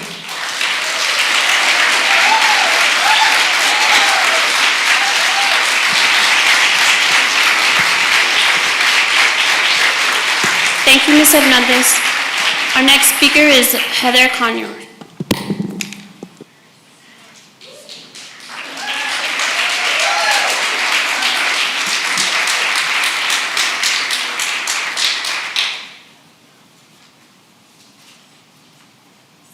Don't start my time yet. It's Senor. Heather Senor. Thank you. Okay. Good evening, President Ochoa, board members, and Dr. De La Torre. My name is Heather Senor, and I am a special education teacher here at Ysleta Independent School District and a member of the Riverside community. I am here to speak to the 2 proposed $500 stipends as an employee and a district taxpayer. We were all here and heard the budget breakdown. We all understand the current economy. We live it every day. We are not blind to the billions of dollars that our state is sitting on. As brought up by one of our board members who offered to stand with us, yes, there is a fight to be had. We are all aware of the hurdles ahead of us. YTA was at the state capitol in October. We weren't waiting for an open invitation or a public meeting to announce it as a political ploy. We have been at that fight. What I am here asking for today is for our district to help support us while we fight. We have always stood by our district. During COVID, our teachers found a way to teach online, adapting to tools never used before, with little or no direction from our state. Our cafeteria workers stood on the front lines handing out lunches. Our SPED and para teachers hand-delivered folder tasks to students who could not access online curriculum because of their disabilities, and hand-delivered birthday surprises just to keep our students' spirits up, because we valued our community and understood what everyone was going through. When our state passed new criteria for Star Alt this year, our SPED teachers dealt with the blow, and kept going. Even though our plates were already full, teaching social skills, social emotional learning, hygiene, behavior intervention, communicative skills, 2 curriculums across multiple grade levels and cognitive levels, and keeping compliance with ARD meetings and SHARS billing, because we value our students and families. Our employees go above and beyond for our district, from our teachers drawing from their already depleted bank accounts to buy chalk and bubbles to help the attendance campaign, because there was no money for buses and field trips. And we valued our district's drive to bring up the attendance. To our custodian who decorates the employee bathroom with her own funds to brighten our day because she values all those who work hard for our school. Our cafeteria workers who wait patiently for my nonverbal students to communicate what they want for their lunch because they value their freedom of choice. When times are rough, we don't expect our district to suggest we find another job. Losing good employees should be the deficit that we all fear the most. We don't expect our school board to place the blame on our association of hard workers for the deficit and try to pin a community against employees for merely trying to earn fair pay to help them through a crushing economy. It is not time for hate mongering in a community that we are trying to expand, to bring more students to our beautiful campuses. It is time for our district to support us with the same support we give to our districts and students every day. So before you make your decision tonight and use us as political pawns to make your stance with your anti-union blunders, join us in the fight to get those billions of dollars that our state is hoarding that rightfully belongs to our students, but also join us in helping us stay afloat so that we have the energy to fight. Because most of us don't have a reserve to fall back on. Most of us don't have a $1 million umbrella to stand under when it's raining.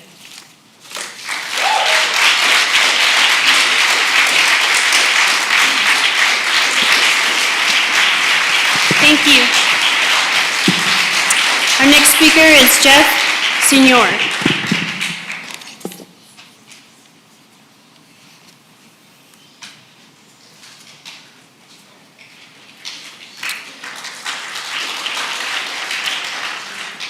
I'm not feeling very good right now.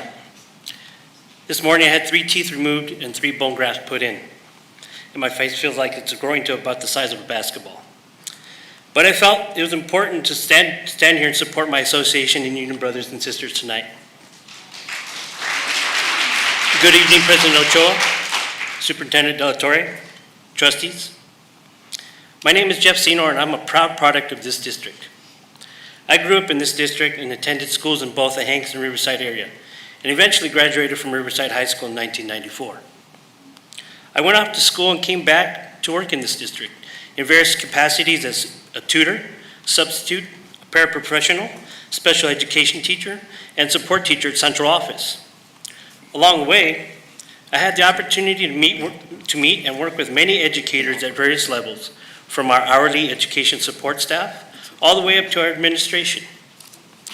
I am a YISD lifer, and throughout my experience, the one thing that has remained constant in this district is we look out for and take care of our own.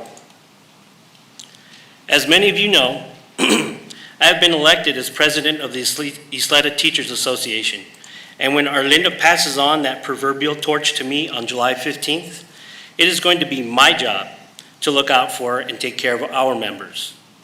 It is going to be my job to always fight for better wages for our members, because they are the ones on the front line making it happen day in and day out. It is bus drivers who use their own money to decorate their buses and buy little treats for their students. It is the custodian who takes the time to connect with and provide treats to those special students. It is the paraprofessionals and classroom teacher who continually dip into their own personal funds to create and provide a safe learning environment in the classroom, who go so far as to purchase their own classroom supplies to make learning more effective and meaningful for our students who sometimes may not have the means to provide supplies of their own. This is why I decided to run for president, and this is why I choose to stand and fight for the hardworking members of our association. When it comes down to it, Our educational staff sometimes depend on these stipends to make ends meet. Many of our employees do not have the opportunity to work year-round. And now that summer school has been significantly limited, a lot of our educators who once had the option to make more money no longer have that opportunity. One of our newest school board members once scoffed at the fact that educators could choose to sign up to work extra hours in the summer. It was almost as to say, how dare these educators ask for more money? Well, I guess working extra hours in the summer to help make ends meet is no longer an option. It doesn't say. But that is all more the reason to vote for people who make this district what it is today. Two $500 stipends are not going to break the bank, and they're not going to break this district. Thank you.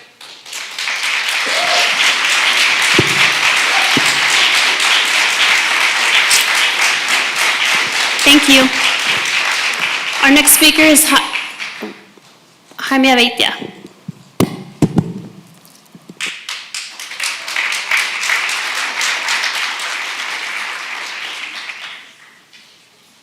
Good evening, everyone. Especially good evening to my union brothers and sisters out in the audience.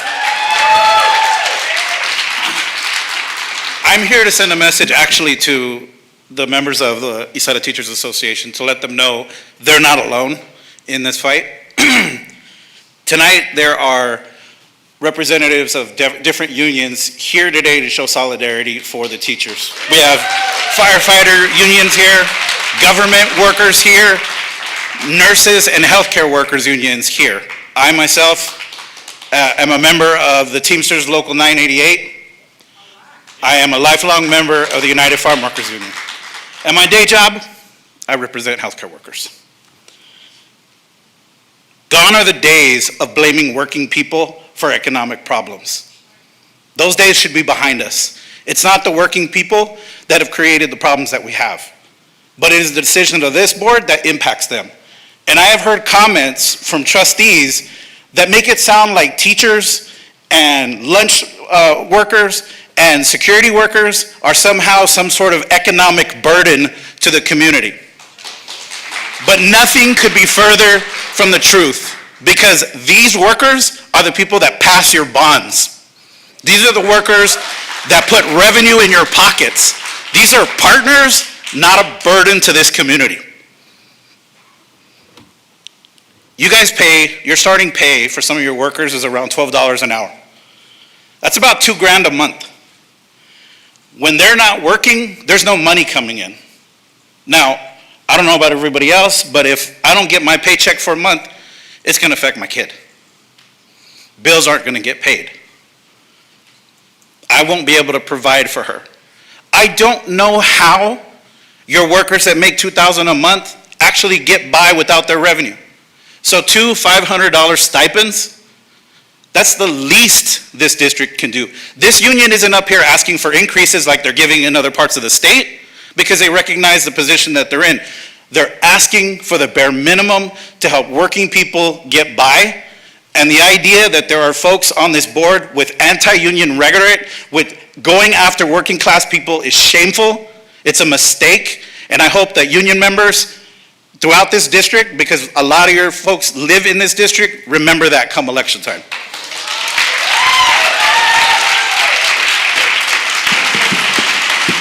Thank you. Our next speaker is Arlindia Valencia.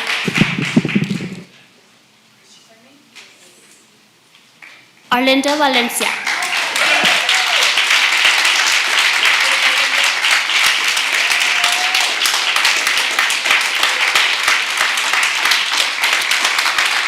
Good evening, President Ochoa, Superintendent De La Torre, and Board of Trustees. Today, our board is at a crossroads, facing a decision of utmost importance, whether to grant our dedicated and hardworking employees a well-deserved raise or stipends. I recently came across an article where one of our board members suggested that YTA is the blame for YISD's financial challenges due to the demands of asking for salary increases. This board member even went as far as to imply that you, as YISD board members, you were at fault for approving those salary increases. This is a misrepresentation of the truth. Let me iterate. YTA has never made any demands on this board. Never. If our request for a pay increase for the dedicated employees of YISD is perceived as coercion, then there is no way that this person understands what our association is about. We have proposed an increase in salary every single year, and we will continue to do so. Have we always received what we've asked for? No. But we have always reached a mutual agreement. To attribute the deficiencies, the deficit to salaries is a complete, again, misrepresentation of the truth. Our teachers do not make $100,000. Far from it. Those who are hourly employees don't make $100,000. Far from it. Those who stand here asking you to oppose the stipends earn significantly more than $100,000. It's easy. It is easy for them to oppose the stipends because it won't affect them. It's easy for this board member to run around like Chicken Little yelling the sky is falling because he doesn't care about the employees. He bragged in this article that his first vote on the board was to vote against employee salaries. Who takes pride in that? Why? We're not asking for the moon. We're asking for a raise. We're not asking for a raise. We are simply asking for two $500 stipends to support our employees while we wait for state funding. You're going to get state funding. Why are you making it sound like we're going to break the bank? Providing stipends in the fall and spring will significantly help our employees with their financial burdens. In closing, this board needs to have the courage to make the right decision based on the successful collaboration between YTA and this YISD board. We hope that you will make the right decision tonight. The district's employees would be grateful. Thank you.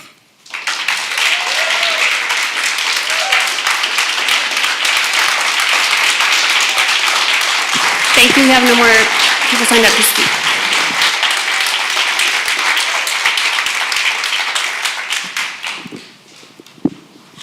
Okay, thank you. We will now close the public hearing. We will now take action to adopt the 2024-25 official budget and compensation plan. At this time, I move to amend the 2024-25 official budget to include a one-time holiday stipend for $550. Is there a second? Second. We have a second by Ms. Lucero. Okay, we're open to discussion now. What would that cost? You said 550, not 500? 550. And I'll explain why 550. It'll cover the taxes and everything else, so they can get an even $500, not $450 like after the taxes. But is there any discussion? So 3.3 million would leave us with about 3 million in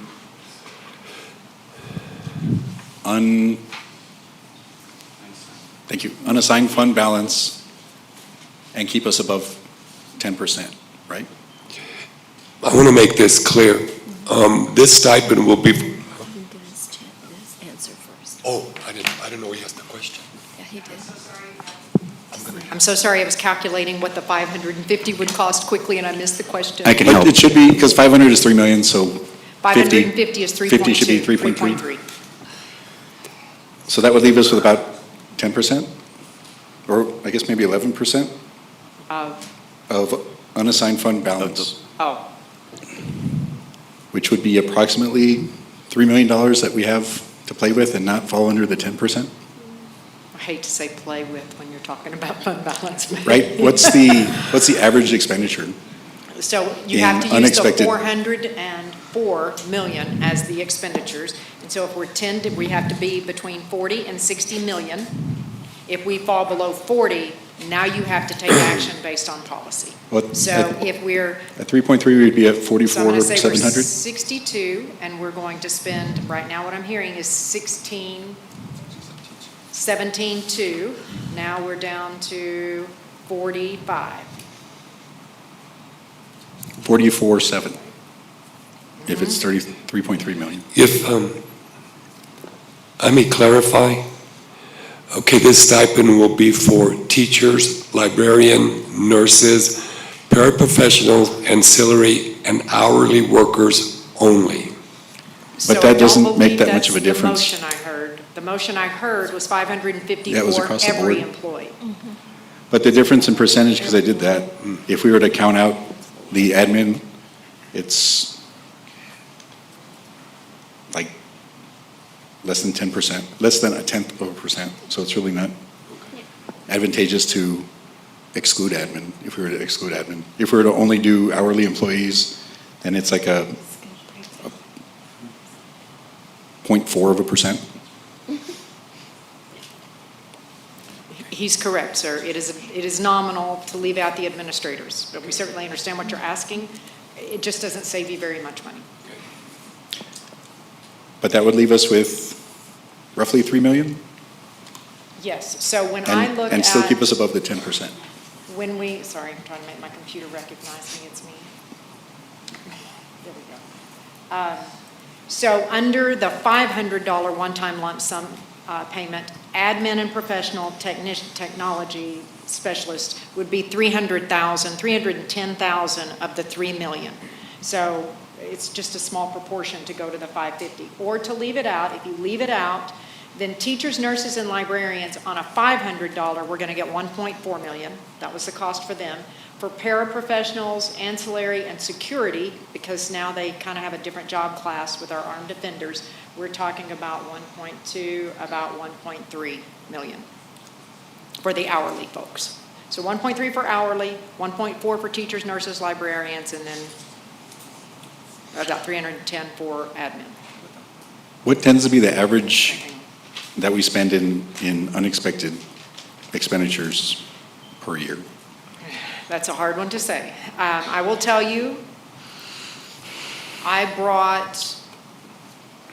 we've had to replace probably 2 chillers a year at about a cost of $300,000 to $500,000 per chiller. So easy, we come forward with $1 million a year in chiller failure. And do we spend another 2 in other stuff more often than not? Sure. Do we go over that amount? Or It depends on the year and what the conditions are. I will tell you that given the investment through the bond, we have far less of those catastrophic failures now. And I was asked earlier today, what's your plan about this specific school? And I think I went through and looked. I have 7 schools that I rate as, they have refrigerated air, but it's not great refrigerated air. If we get funding from the state, I would be wanting to try to address those 7 schools over the next 3 years and try to break it up and address those that are in really poor condition. So I would say 2 to 3 million a year, I would be looking to invest in addressing those. But it's not like it was in 2014, 2013, when you had catastrophic failures and you were spending a lot of money. So I guess what I'm saying is that that cushion should be adequate and still keep us at 10. Not that I'm happy that we're at 10, but Well, we're over 10 for sure. I will tell you that that doesn't make me comfortable. And we need to be closer to 60. I would want to make it up. But I have always told you, your fund balance should be used for those kinds of investments, one-time capital expenses. So if we can make those investments as we need to over the next 3 years and not fall below the 10%, I'm comfortable with that. How much of an impact would that extra 300,000 be that Mr. Ochoa proposed? It's not significant.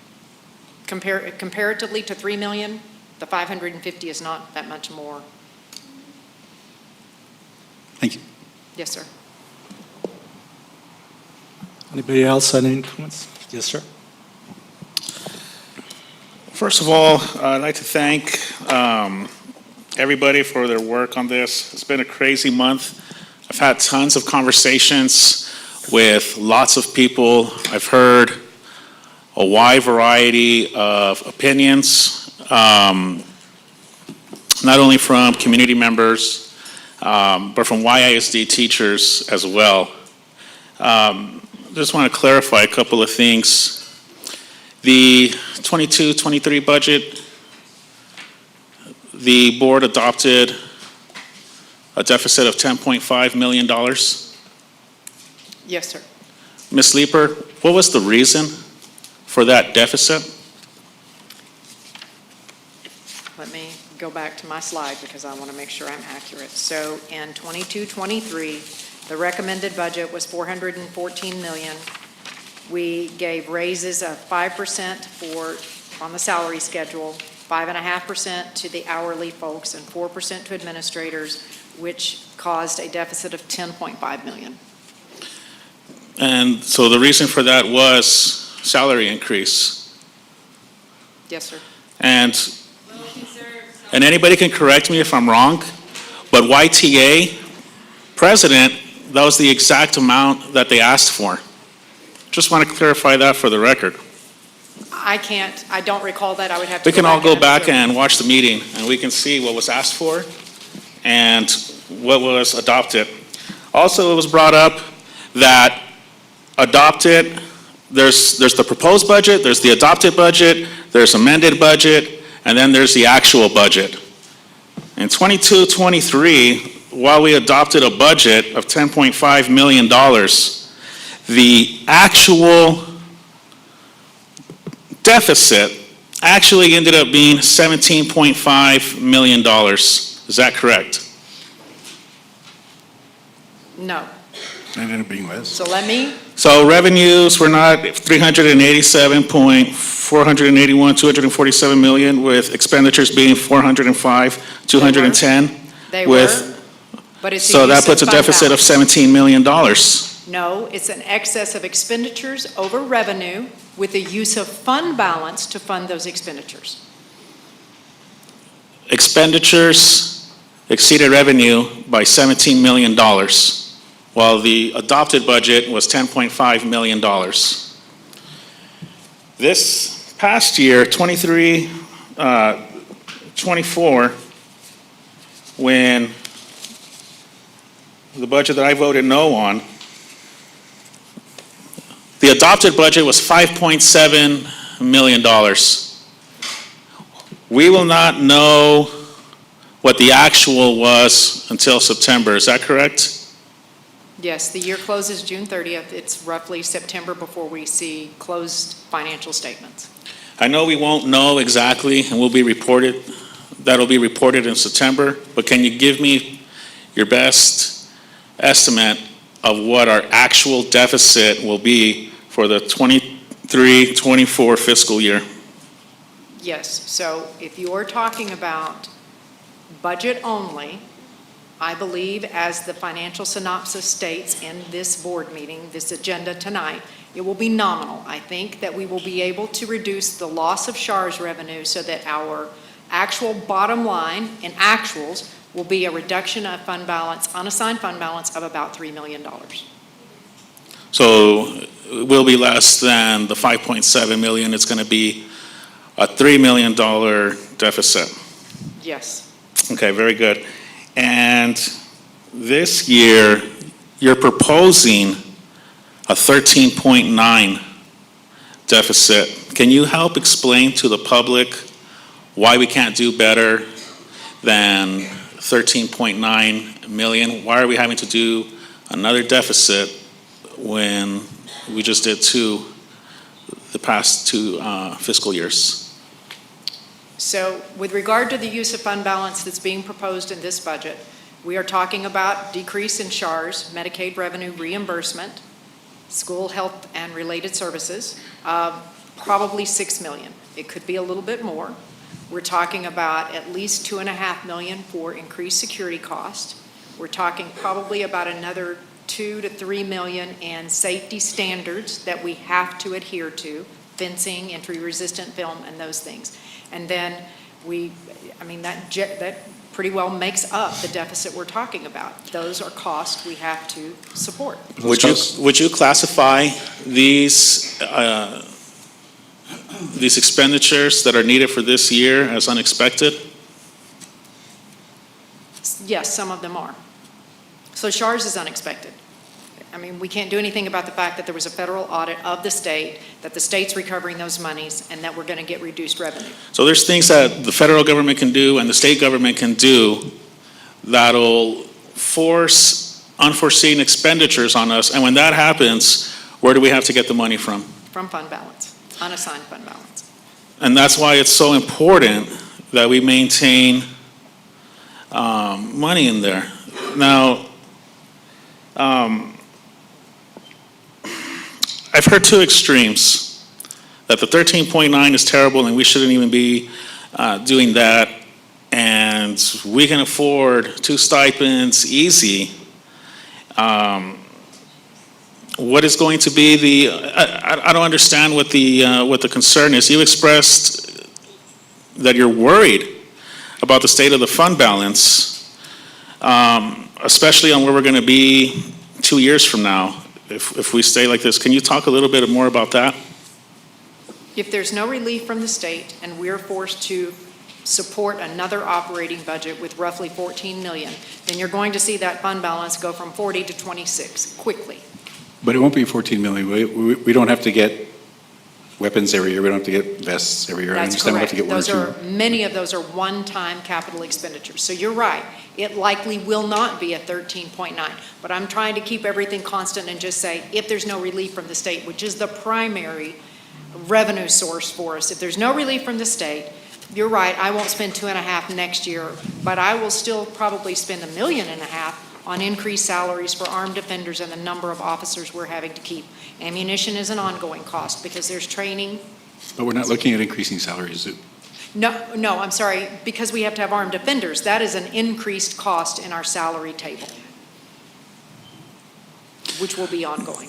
There's been salary increases every year for the past 10 years, is that correct? And those don't go away, right? That's correct. Even if our revenue goes down and if we don't receive any funding, we still have to pay that salary forever, right?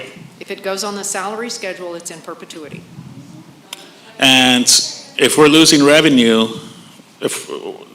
how are we going to pay for that if we have to do it? We have 2 significant means of mitigating those types of impacts.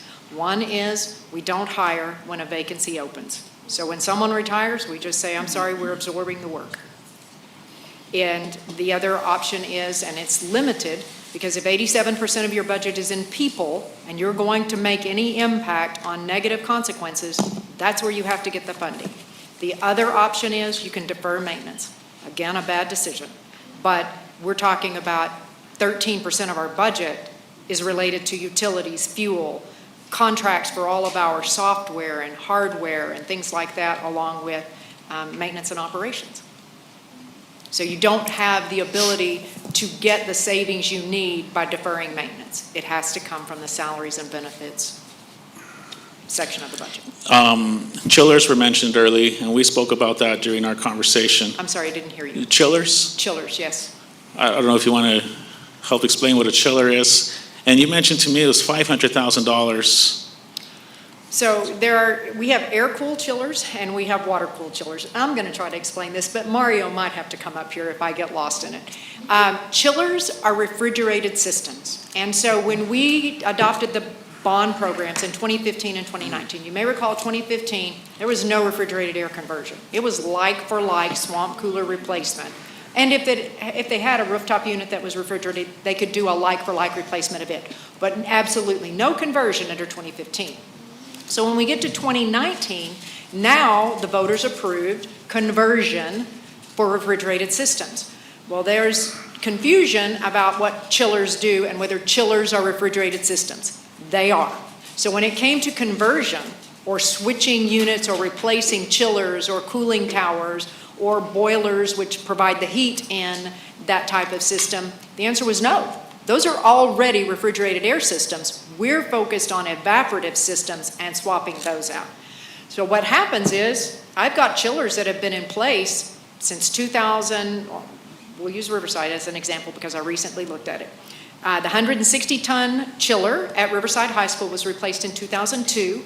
The 200-ton chiller was replaced in 2010. And so you're looking at 14 and 22-year-old systems. They need to be replaced, but they weren't counted in the bond. So that is an example of, it's going to be miserably hot tomorrow at that campus because it's an old system. And there's very little I'm going to be able to do about that because there's not funding for it. I believe you told me that there's 10 chillers throughout the district that could be repaired or replaced? There's more than that. So let me tell you, I have 1, 2, 3, 4, 5, 6, 7, 8, 9, 10, 11 schools that run off chilled systems. Now, please don't misconstrue this. Chillers are a great system. Eastwood has a chiller system in its new area. A new chill system works great. The combo school, Mission Valley and Del Valle Middle School, that's a chilled system and it's great.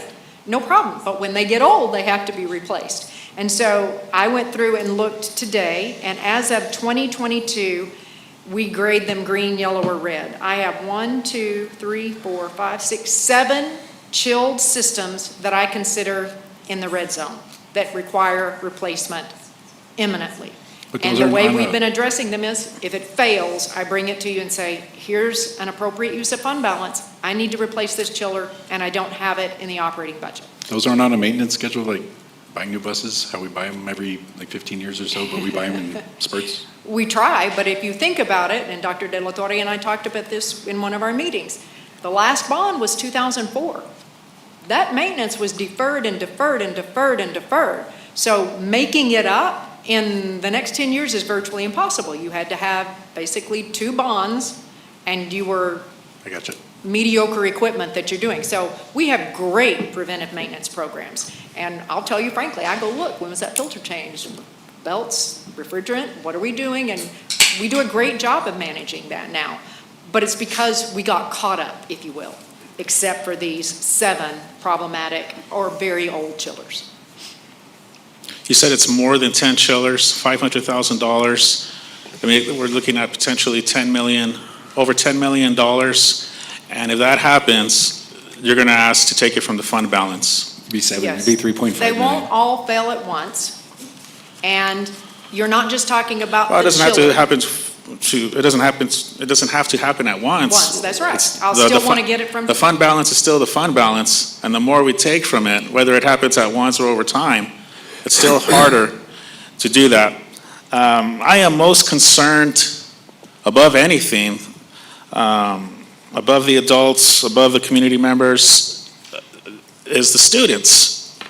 Our students are going to have to be in the classroom on July 29th. And there's going to be, I think that really affects the ability to learn and to perform. And yes, staff and teachers also have to go in that environment, and it's going to affect their ability to perform as well. These are the type of examples, whether it's federal, state, or breakdowns that we don't have funds earmarked for, that I'm concerned with. I also want to be clear about my experience, especially over this past month, a lot of YISD teachers have reached out to me. And they, in fact, I'm going to read an email, and I was asked to read this email. This email says, "Good evening, Trustee Hernandez. My name is Nicole O'Leary, and I have been a teacher with YISD for 20 years. Over the years, we have received generous raises and stipends that have made a positive difference in the lives of YISD employees. These raises and stipends have been greatly appreciated. After Ms. Leeper's budget presentation in the May school board meeting, it became very apparent that we cannot afford raise or stipends this year for employees. Ms. Sleeper has always been very transparent and forthcoming with her financial reports. Myself and many other teachers and employees of YISD feel that Ms. Sleeper is correct and we cannot afford a raise or stipends. I also sat with a group of YISD teachers that expressed the same to me. I've been reached out to by email and by phone. They're there. You can go through open records request and look for it. Mr. Safi. So, I think we got off topic on this. we are not off topic. Yes, No, Mr. we are Safi. not. I think it's time to call the question and take. This is all related to the budget. Safi, can we call the question and proceed with the vote? Because there's a motion on the floor. There's a way to call a question, but I still have. And I also made clear, Mr. President, that I would have the opportunity for discussion during action. I didn't ask a question during the public hearing because I would be afforded this opportunity. But this is on the budget, not on emails and things like that. Everything I'm saying is related. It should be stated for the public record why I am making the decision I have made. And it has been made clear to me by many teachers of YISD that they don't need the stipend, and I agree. But through those conversations, Mr. President, first of all, the board operating procedures make it clear that once a motion has been made and seconded, discussion by the trustees should be limited to speaking either in favor of the motion or against the motion, pro or con. I still had another question to ask. Mr. Safi. And secondly, let me make one other statement.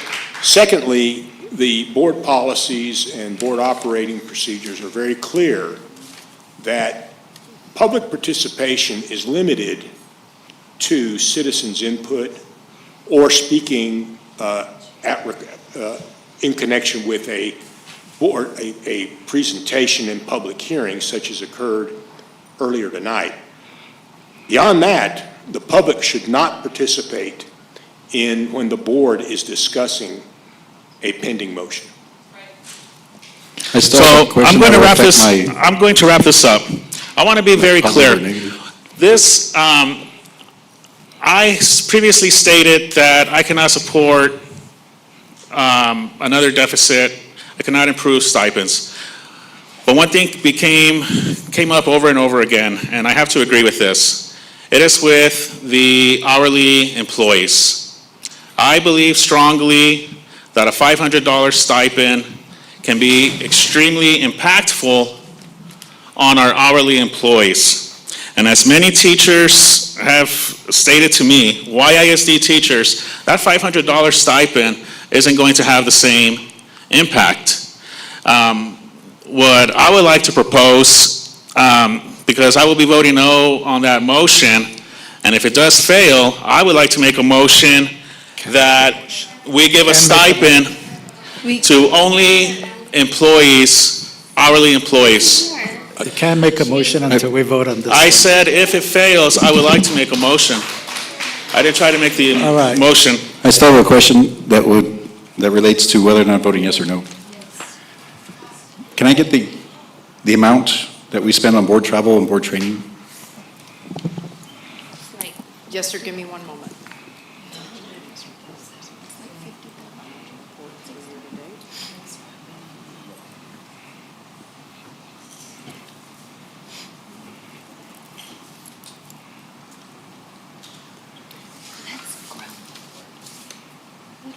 We're going to get it. Thank you. And the reason I'm asking while they're looking for the number is we can get all of our board training locally.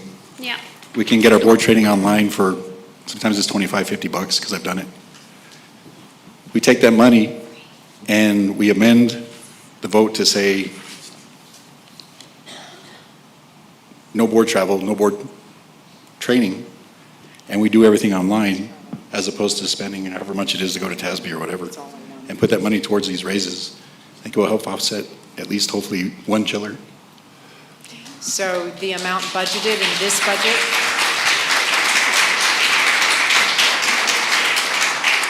for board travel and training is $27,000. That's it? That's with all the That's it.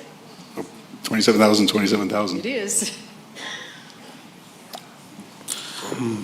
Okay. So if this one, we're not done asking if questions. it's Dr. possible to Bidler? amend the Mr. motion? Dwyer? Mr. Dwyer? Yes, okay. I was a teacher for 30 years in the Ysleta district, teacher and a coach. My wife and I are both retired, so we live on a fixed income. I'm going to go, I want to make sure the Ysleta community understands why we are in this financial storm. I say the Ysleta district, but there's hundreds of public school districts in the state of Texas who are in the same storm. Houston ISD, they're like $490 million in debt. There's many more. We know there are other districts close to us who are in the same predicament. I believe Dallas ISD is $190 million in debt. Why are we here? Inflation. Inflation has risen by 20% since 2019 for goods and services, utilities and technology. Number two, wage competition and the academic and mental health fallout of COVID. Number three, additionally, our district has been hit by the high cost of state and federal special education requirements. Four, our district is shouldering a unique new expense. House Bill 3, and this has been mentioned already, required each school to hire an armed guard plus bulletproof vests and other equipment. It has cost our district over $2.1 million, and the state funded us with only $735,000. Five, ending of the elementary and secondary school emergency relief fund by the federal government. The basic allotment by the state has remained static since 2019, despite nearly a 20% inflation increase, demands and cost of educating and safeguarding our students, and this despite a record surplus in the state's rainy day fund. And the biggest reason our district is in a financial bind now is because the state legislature was unable to pass a bill for public school funding. As I speak, the state of Texas has a $5 billion in unspent school funding that they're sitting on. As the Texas Constitution states, it shall be the duty of the legislature of the state to establish and make suitable provisions for the support and maintenance of an efficient system of public free schools. What I'm getting at is nobody up here, nobody out there is at fault. These are things that we didn't ask for, they just happened. I would like to say one more thing, please. Just a minute. Okay, I'm almost done. What our district is doing to be fiscally responsible. One, programs to increase ADA. ADA stands for average daily attendance. It is tied into the state's basic allotment. I checked, I'm speaking for the Eastwood area schools. I checked Monday with Dr. Chacon. Every single school in the Eastwood area, their ADA rose. At 2 campuses, it rose almost 5%. Why is that important? If our entire school district is at 93% ADA. If we can raise it by 1 percentage point, that adds another $3 million to our coffers. So I want to thank and appreciate the principals, the teachers, the administrators, the students, and the parents at all the Eastwood area schools for buying into this program. What our district is doing to be fiscally responsible, there will be no pay raises for anybody in our district. There will be no summer school at our elementary and middle schools to save on things like utilities. This is important. Staff changes effective 2024-2025. Non-core staffing will be uniformed at the middle schools and high schools. That means career and technology teachers, fine arts teachers, foreign language teachers, journalism teachers, JROTC teachers, physical education and health teachers, speech and debate teachers will be teaching 7 classes compared to the 6 they were doing this year. So we've increased their class allotments. They're going to do 7. That will save us approximately $2.17 million once it is fully implemented. Central office is looking at every program in the district and evaluating them. I've had a discussion with personnel here. They're looking at it, they're looking at our programs, and they're deciding, or they're trying to figure out where we can save money. Is this program necessary, or can we do without it?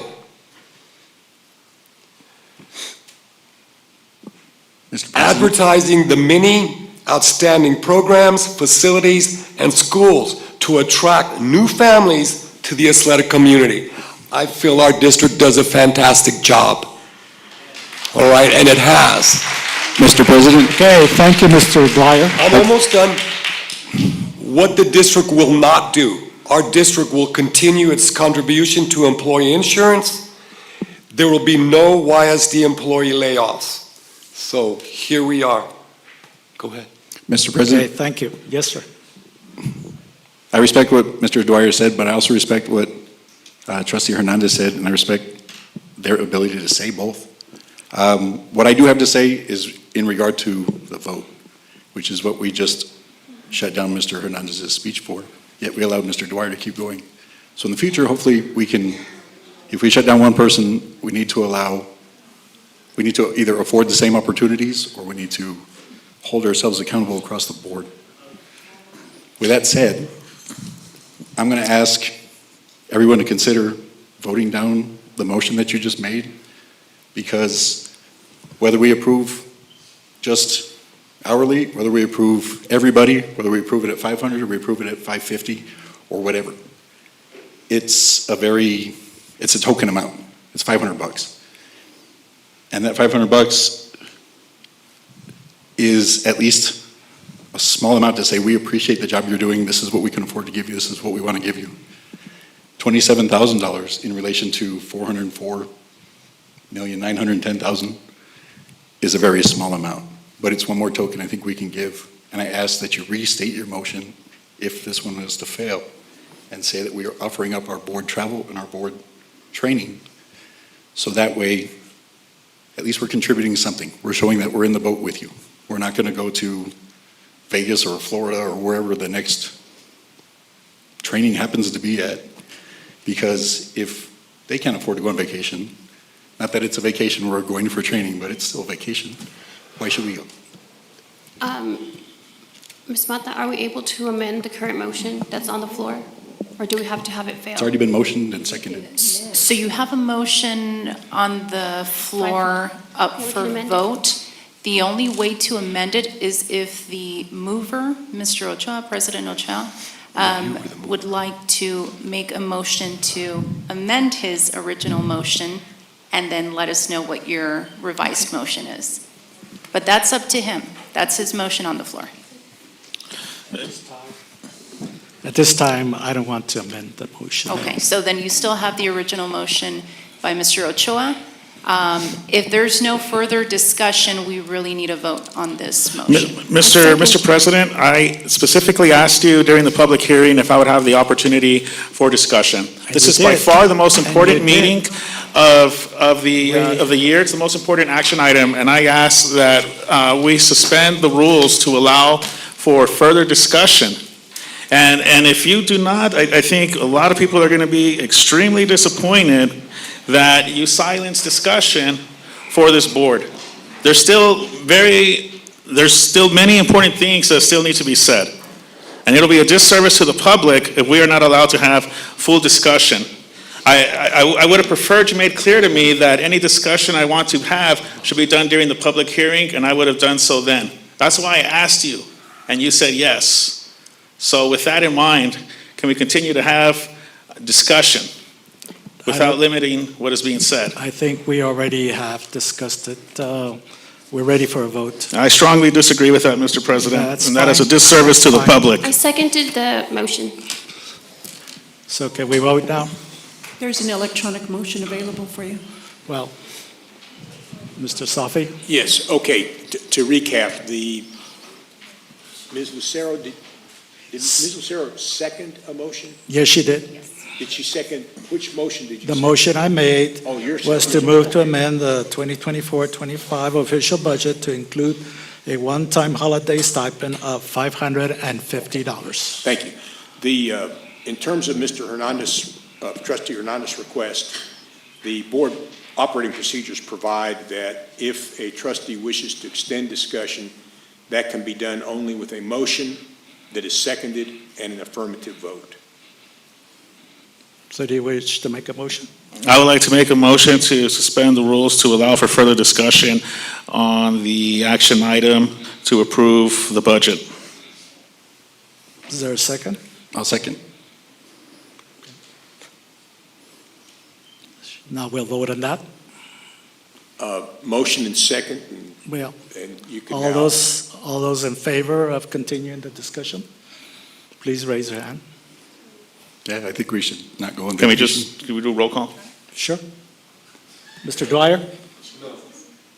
Ms. Woodruff? No. No. Ms. Lucero? I myself, no. No. Yes. Yes? Okay, motion fails. Now we go back to the original motion? Yes, now you can proceed, if the board's ready, you can proceed for a vote on the motion that has been seconded, your motion, Mr. Chairman. You'll read it again? Yes, please. It'd probably be good to read it again. Okay. I move to amend the 2024-25 official budget to include a one-time holiday stipend of $550 and approve a resolution adopting the 2024-25 official budget, including the general fund budget, the child nutrition service budget, and the debt service budget by fund and function as shown in Schedule A, along with a salary schedule for teachers, nurses, and librarians as shown on the Schedule B to the resolution, and incorporating the 2024-25 annual compensation plan as shown in the resolution as presented. Oh, it came up. Not in favor Been of. been second No by travel. Ms. Mr. Ochoa, Lucero. Priscilla Mata, Chief Counsel. One recommendation, I would ask that you amend that motion simply to, your motion indicated that it was in the resolution as presented. The resolution that was presented to this board had different terms. It had a 0% increase to salary, and it did not have any stipends Okay. included in that. And so I would simply recommend that you amend your motion to state that it is in the resolution as revised as opposed to as presented. And so if you'd like, you can just so move based So- on my recommendation. So move on your recommendation. And I'll make sure that I clarify that Yeah, and I language revised, with Ms. Mathewson. not as Yes, sir. presented. Please cast your electronic votes.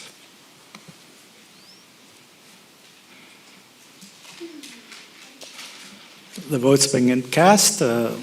Motion's passed by 5 to 2. 2 opposed. Thank you. At this time, I think we should take a small break. And then continue with the rest of the board meeting. Thank you.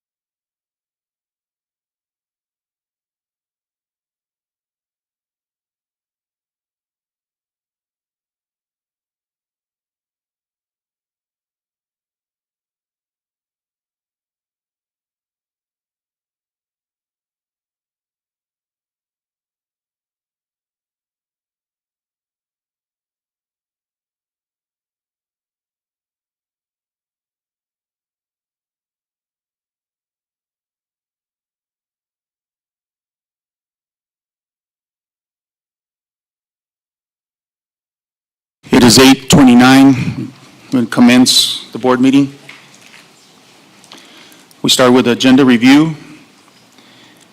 We will now discuss the agenda items listed in the post notes of regular meeting of Ysleta Independent School District Board of Trustees for June 12, 2024, and related recommendation motions with the superintendent, executive cabinet, receive responses to questions and/or request of additional information through the superintendent in preparation for deliberation and action on set items at the June 12, 2024 regular board meeting of trustees.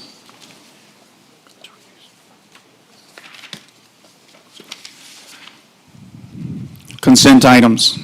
Considered, please stop me on if we have any questions, if you wish to pull any items or separate considerations.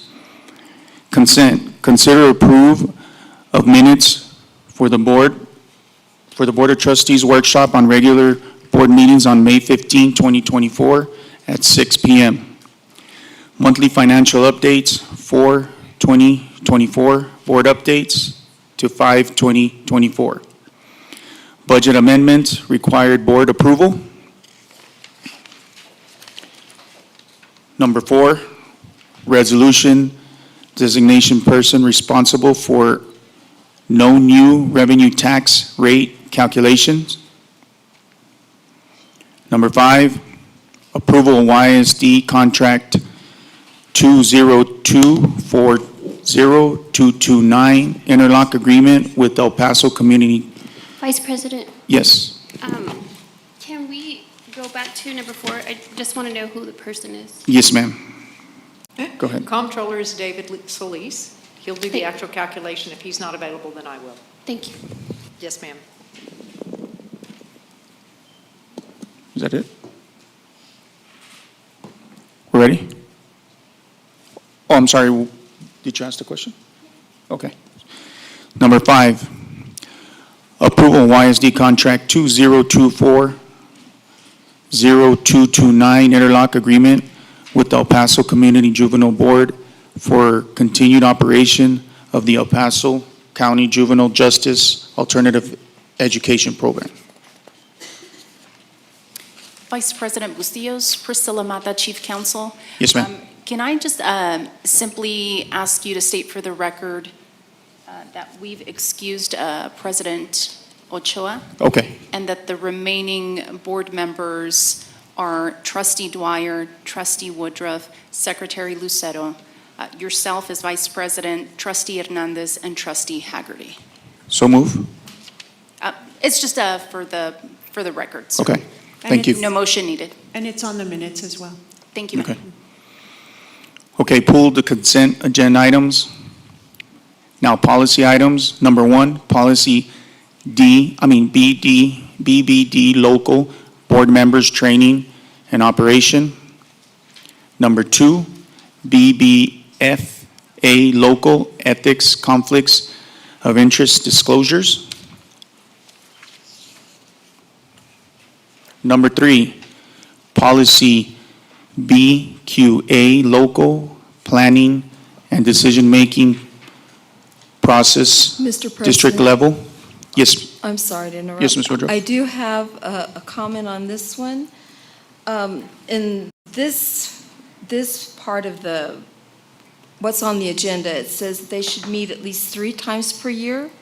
And when I read it said 2 in there, so I believe that needs to be, one or the other is wrong, so. Yes, ma'am, we need you to are fix correct. that. There's, and that was my mistake. So in speaking to Dr. Chacon and our Director of Federal and State Programs, Mr. Covey, we determined that we wanted to be meeting at least twice a year in local policy, but in actuality, what we're shooting for, and we're going to put into our administrative regulations, is at least 3 meetings per year. So we're kind of setting that minimum in your local policy. And so I think when I was typing up the rationale, I was thinking of that 3 meeting per year requirement. So that is not, it's 2 then. Yes, and so if I may add for clarification for the record, the policy before you in BQA, drafted in consultation with TASB, only requires our DEIC committees to meet twice a year, at least twice a year. The law requires one meeting, but TASB recognizes you can't do it all in two.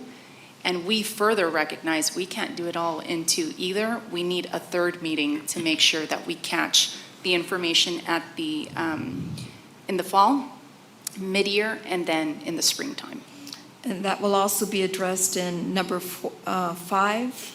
Is it 4? No, 4, 3 and 4, because the Yes, same ma'am, thing that is correct. true on both of those. That's correct. Same typographical error Okay. in 5 as well. Number 4, policy BQB, local planning and decision-making process at the district level. We have, you had a question on that? Yes, Vice President, thank you very much. So what I wanted to notate here is that, number 1, the agenda item really should reflect that this is the CEIC policy and not the district committee. That's a typographical error, but if you see in both the recommendation by administration and the rationale, it does specify and clarify that this is a policy that pertains to your committees at the campus level. So I wanted to notate that typographical error for you. In addition to that, in reviewing the TASB policy, I wanted to make 2 changes and wanted to take the opportunity during the workshop to kind of read through those. So let me have you turn your attention to packet page number 195. You're going to find a copy of BQB local. If you turn your attention to the policy under terms, that is specifying, the TASB recommendation is to set a 1-year term for all your selected representatives. Selected representatives are going to be your parents, your business representatives, and your community members that are appointed by your principal. Rather than having them serve a 1-year term, we're recommending to align that term to 2 years. So it's similar to the 2-year term for your professional representatives. And those are your representatives that are going to be elected, your teachers, your non-teaching professionals like your librarian, your nurse, your administrator at the campus level. So all we are recommending, in addition to what TASB has already stated in here, is changing that 1-year term to a 2-year term. Still 2 consecutive terms.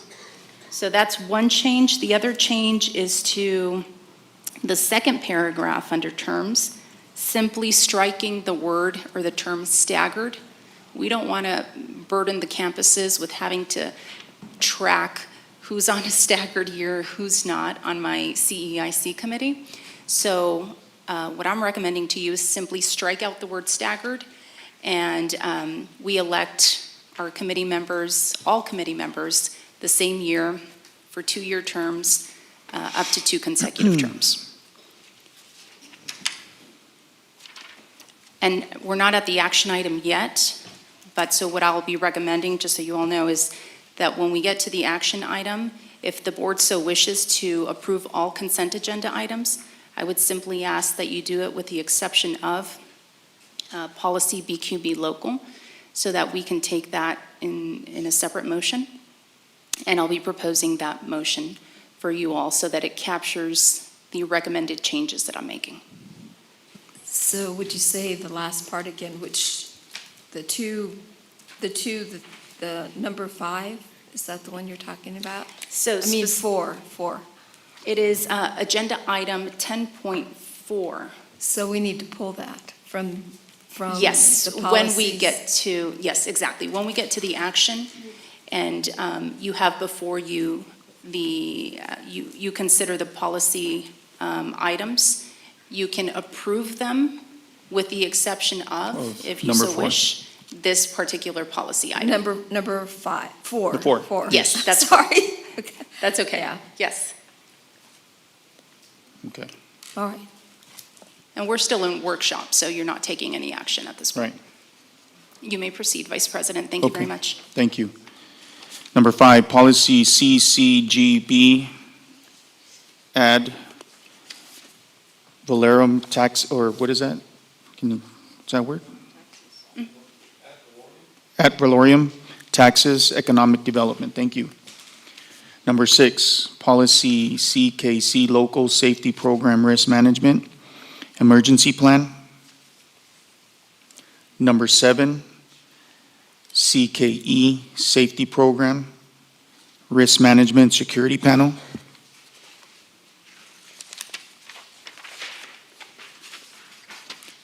Number 8, policy CKEA, local security panel, commission peace officer. Number 9, policy CKED, local security panel, other security arrangements. Number 10, policy EEH, local instructional arrangements, homebound instruction.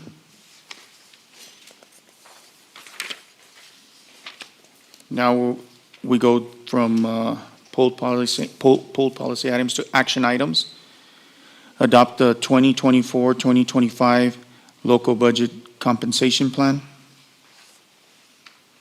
Number 2, approve Ysleta ISD delegate and alternate delegate for TASB delegate assembly.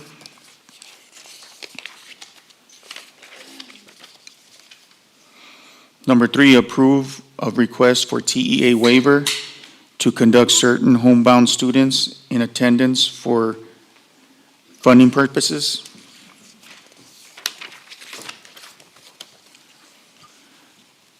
Number 4, approval of YISD contract 202402227.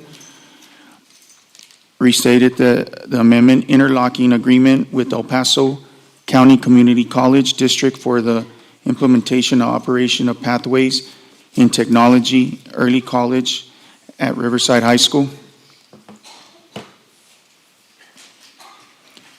Number 5, approval of exhibit to amend number 2 to YISD contract 202-10019, Hello Heart Hypertension Program with Aetna Life Insurance and Company. Mr. Vice President, Yes, ma'am. on that one, I would like to recuse myself from voting on that. Okay. That particular action item. Yes, ma'am. Do I need to say why? Ms. Woodruff, Priscilla Mata, Chief Counsel, and I'll make sure when we get to the action item, since we're still in workshop, Right. to remind you of that recusal. Okay, Yes, thank you. ma'am.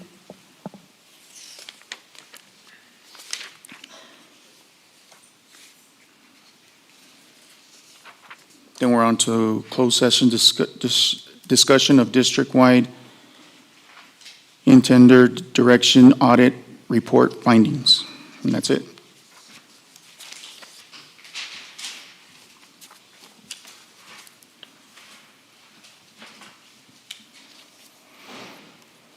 The order of the agenda has been approved. May I have an electronic motion on the remaining consent agenda items listed on the agenda as recommended by administration? Mr. President, I move that we approve the consent agenda items as listed on the agenda. Thank you, Ms. Woodruff.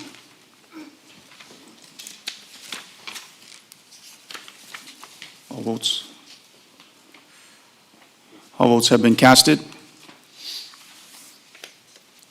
6 yes, 0 no.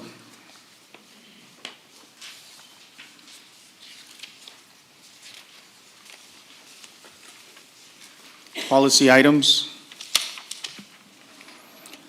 The order agenda has been approved. May I have an electronic motion on the remaining policy agenda items listed on this agenda as recommended by TASB and recommended by administration? Vice President, with one recommended exception. The BQB, right? It's been pulled. Oh, it's been pulled. It's been pulled. Okay, thank you. Thank you. Can I have a second? Mr. President, I move that we approve the remaining policy agenda items as recommended by administration. Thank you, Ms. Woodruff. All votes have been casted.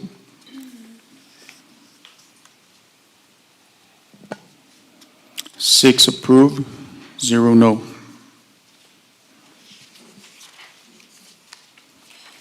Now we're moving on to the action items. No, we've got to go. Policy item Oh. number 4. Sorry. Yeah. Going back to policy number 4. Yes, sir.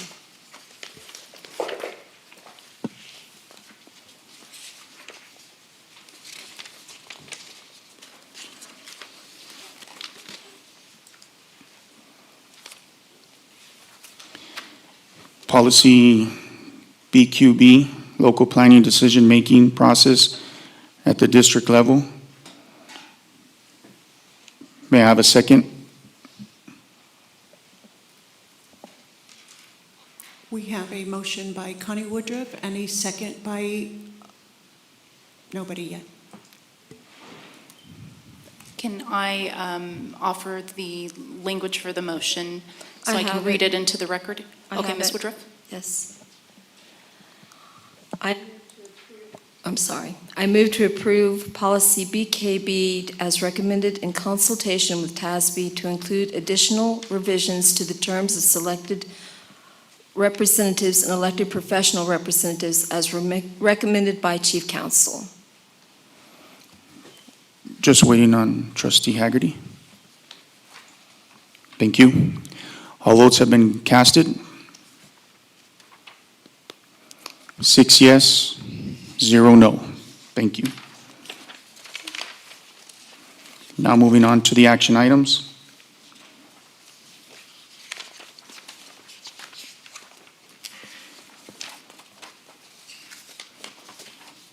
Number 2, approve YSD delegate and alternate delegate for TASB delegate assembly.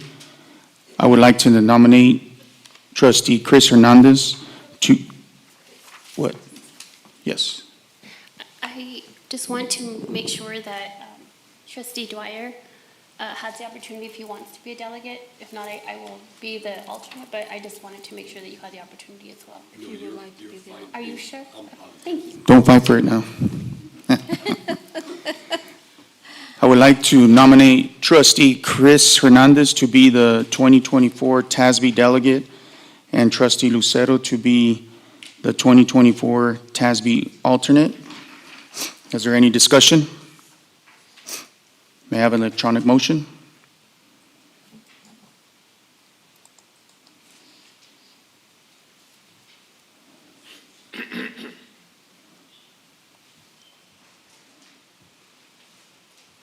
All votes have been casted. Mr. Dwyer is going to make the motion.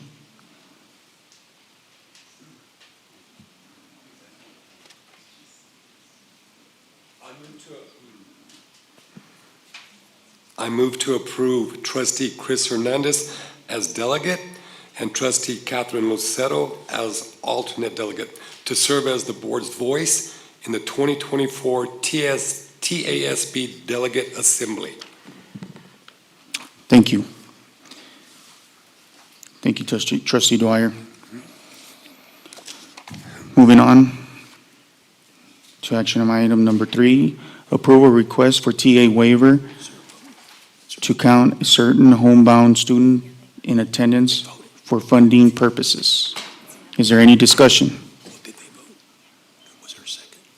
May I have an electronic motion?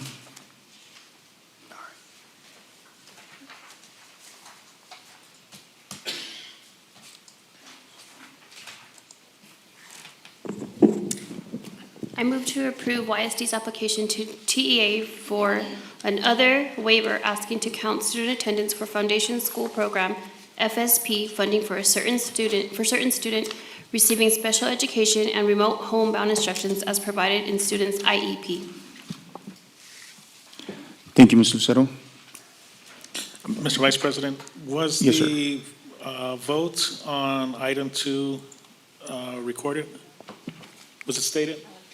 Yes. Ms. Mathewson? Yes, they were. Okay, thank you. You're welcome. Thank you. And Ms. Mathewson, who seconded the motion? We have Shane Haggerty who seconded. Oh, okay, very good. Thank you. You're welcome. All votes have been casted.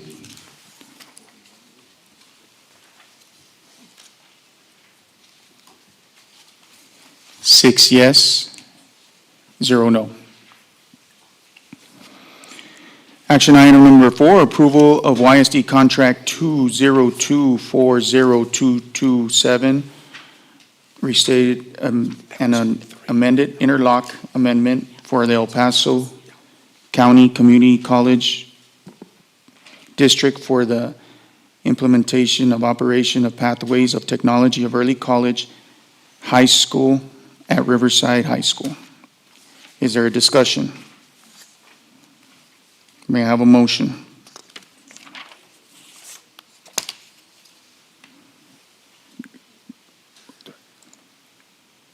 Go ahead.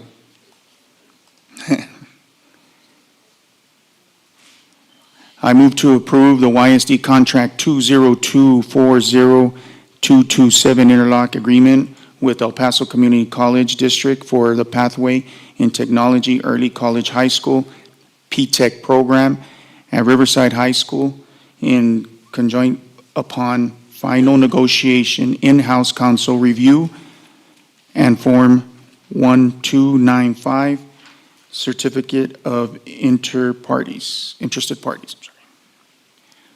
All votes are in. Have been casted. 6 approve, 0 no. Action item number 5, approval exhibit amendment number 2 at YSD contract 202-10019, Hello Heart Hypertension Program with Aetna Life Insurance Company. Is there discussion? Yes, Mr. Vice President. At the presentation, they stated that they had a case study that they'd be happy to give us. Also, that they can tell us how it's been the past year at El Paso County and what those results have been. With that, I would like to make a motion to suspend the vote until, possibly postpone the vote until possibly the following meeting, or until we receive that case study and the information about what's happened at El Paso County. Thank you, Trustee Hernandez. Can we postpone? May I ask, do I recuse myself from that also? That would be best if you want to totally recuse yourself from the item entirely. Yes, please. Thank you. Can we postpone it? Are we? Yes, Okay. you need a second and a vote. It's an electronic motion. You can go ahead and vote. To postpone, we're voting to postpone, right? That's correct. This is the Okay, go ahead. And you have One- only, I think there'll only be 5 trustees voting. Correct. Okay.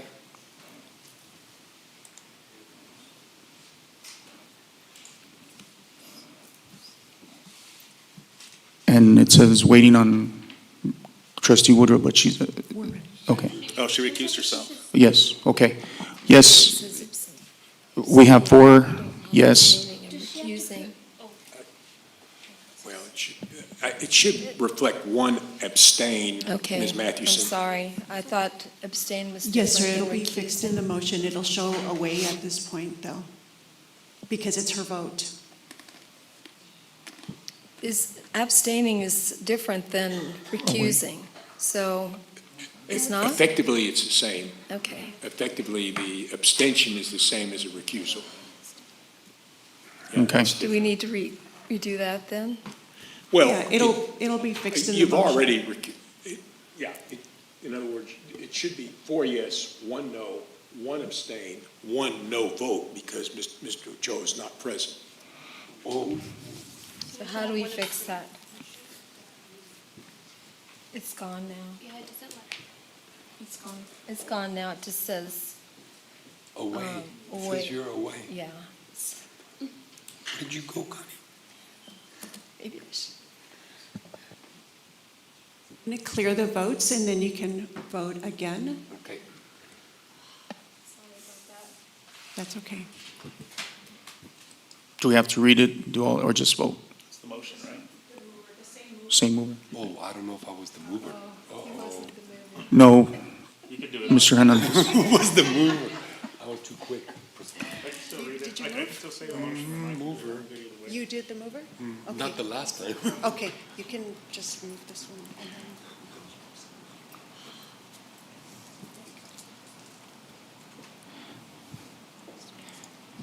Do you want me to read the motion? Does Mr. Dwyer have to read it? Because he was a mover, right?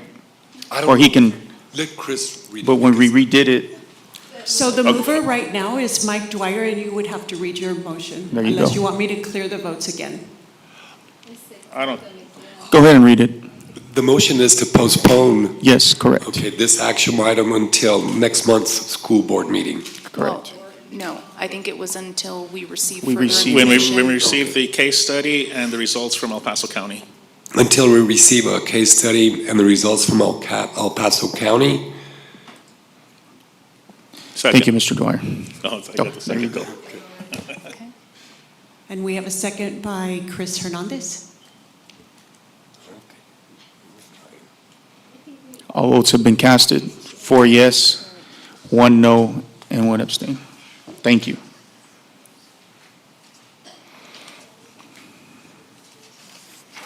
Moving on to closed session, discussion of district-wide intruder detection audit report findings. The Board of Trustees has determined that a closed meeting of the Board of Trustees is required to discuss the items set forth in the posted agenda for this date. Such closed meeting is authorized by the Texas Open Meetings Act, Texas Government Code, Section 551001, including not limited to the section and purpose covered by the following section of the Texas Government Code, 551071, 72, 73, 74, 76, 82, 127, 821, 83, 84, 87, and 86. Should any final action, decision, or vote be required with regard to the matter of considered in closed session, the final action, decision, or vote shall be in the open meetings or at the subsequent public meeting with notice. The board will now go into closed session in the Rio Grande Room at 8:56.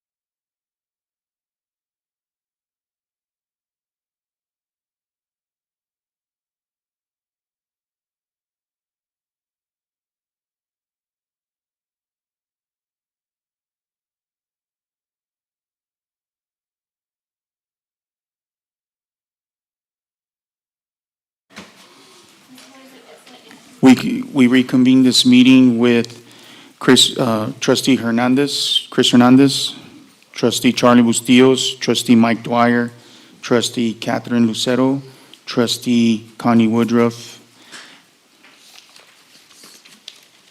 And the last action item, consider approval of district-wide intruder detection audit report findings. Is there any electronic motion?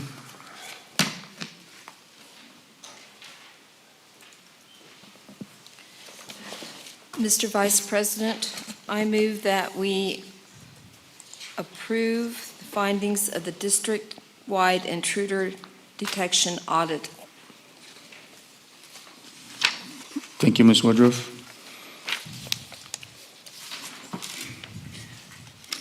Waiting on Ms. Lucero. All votes have been casted.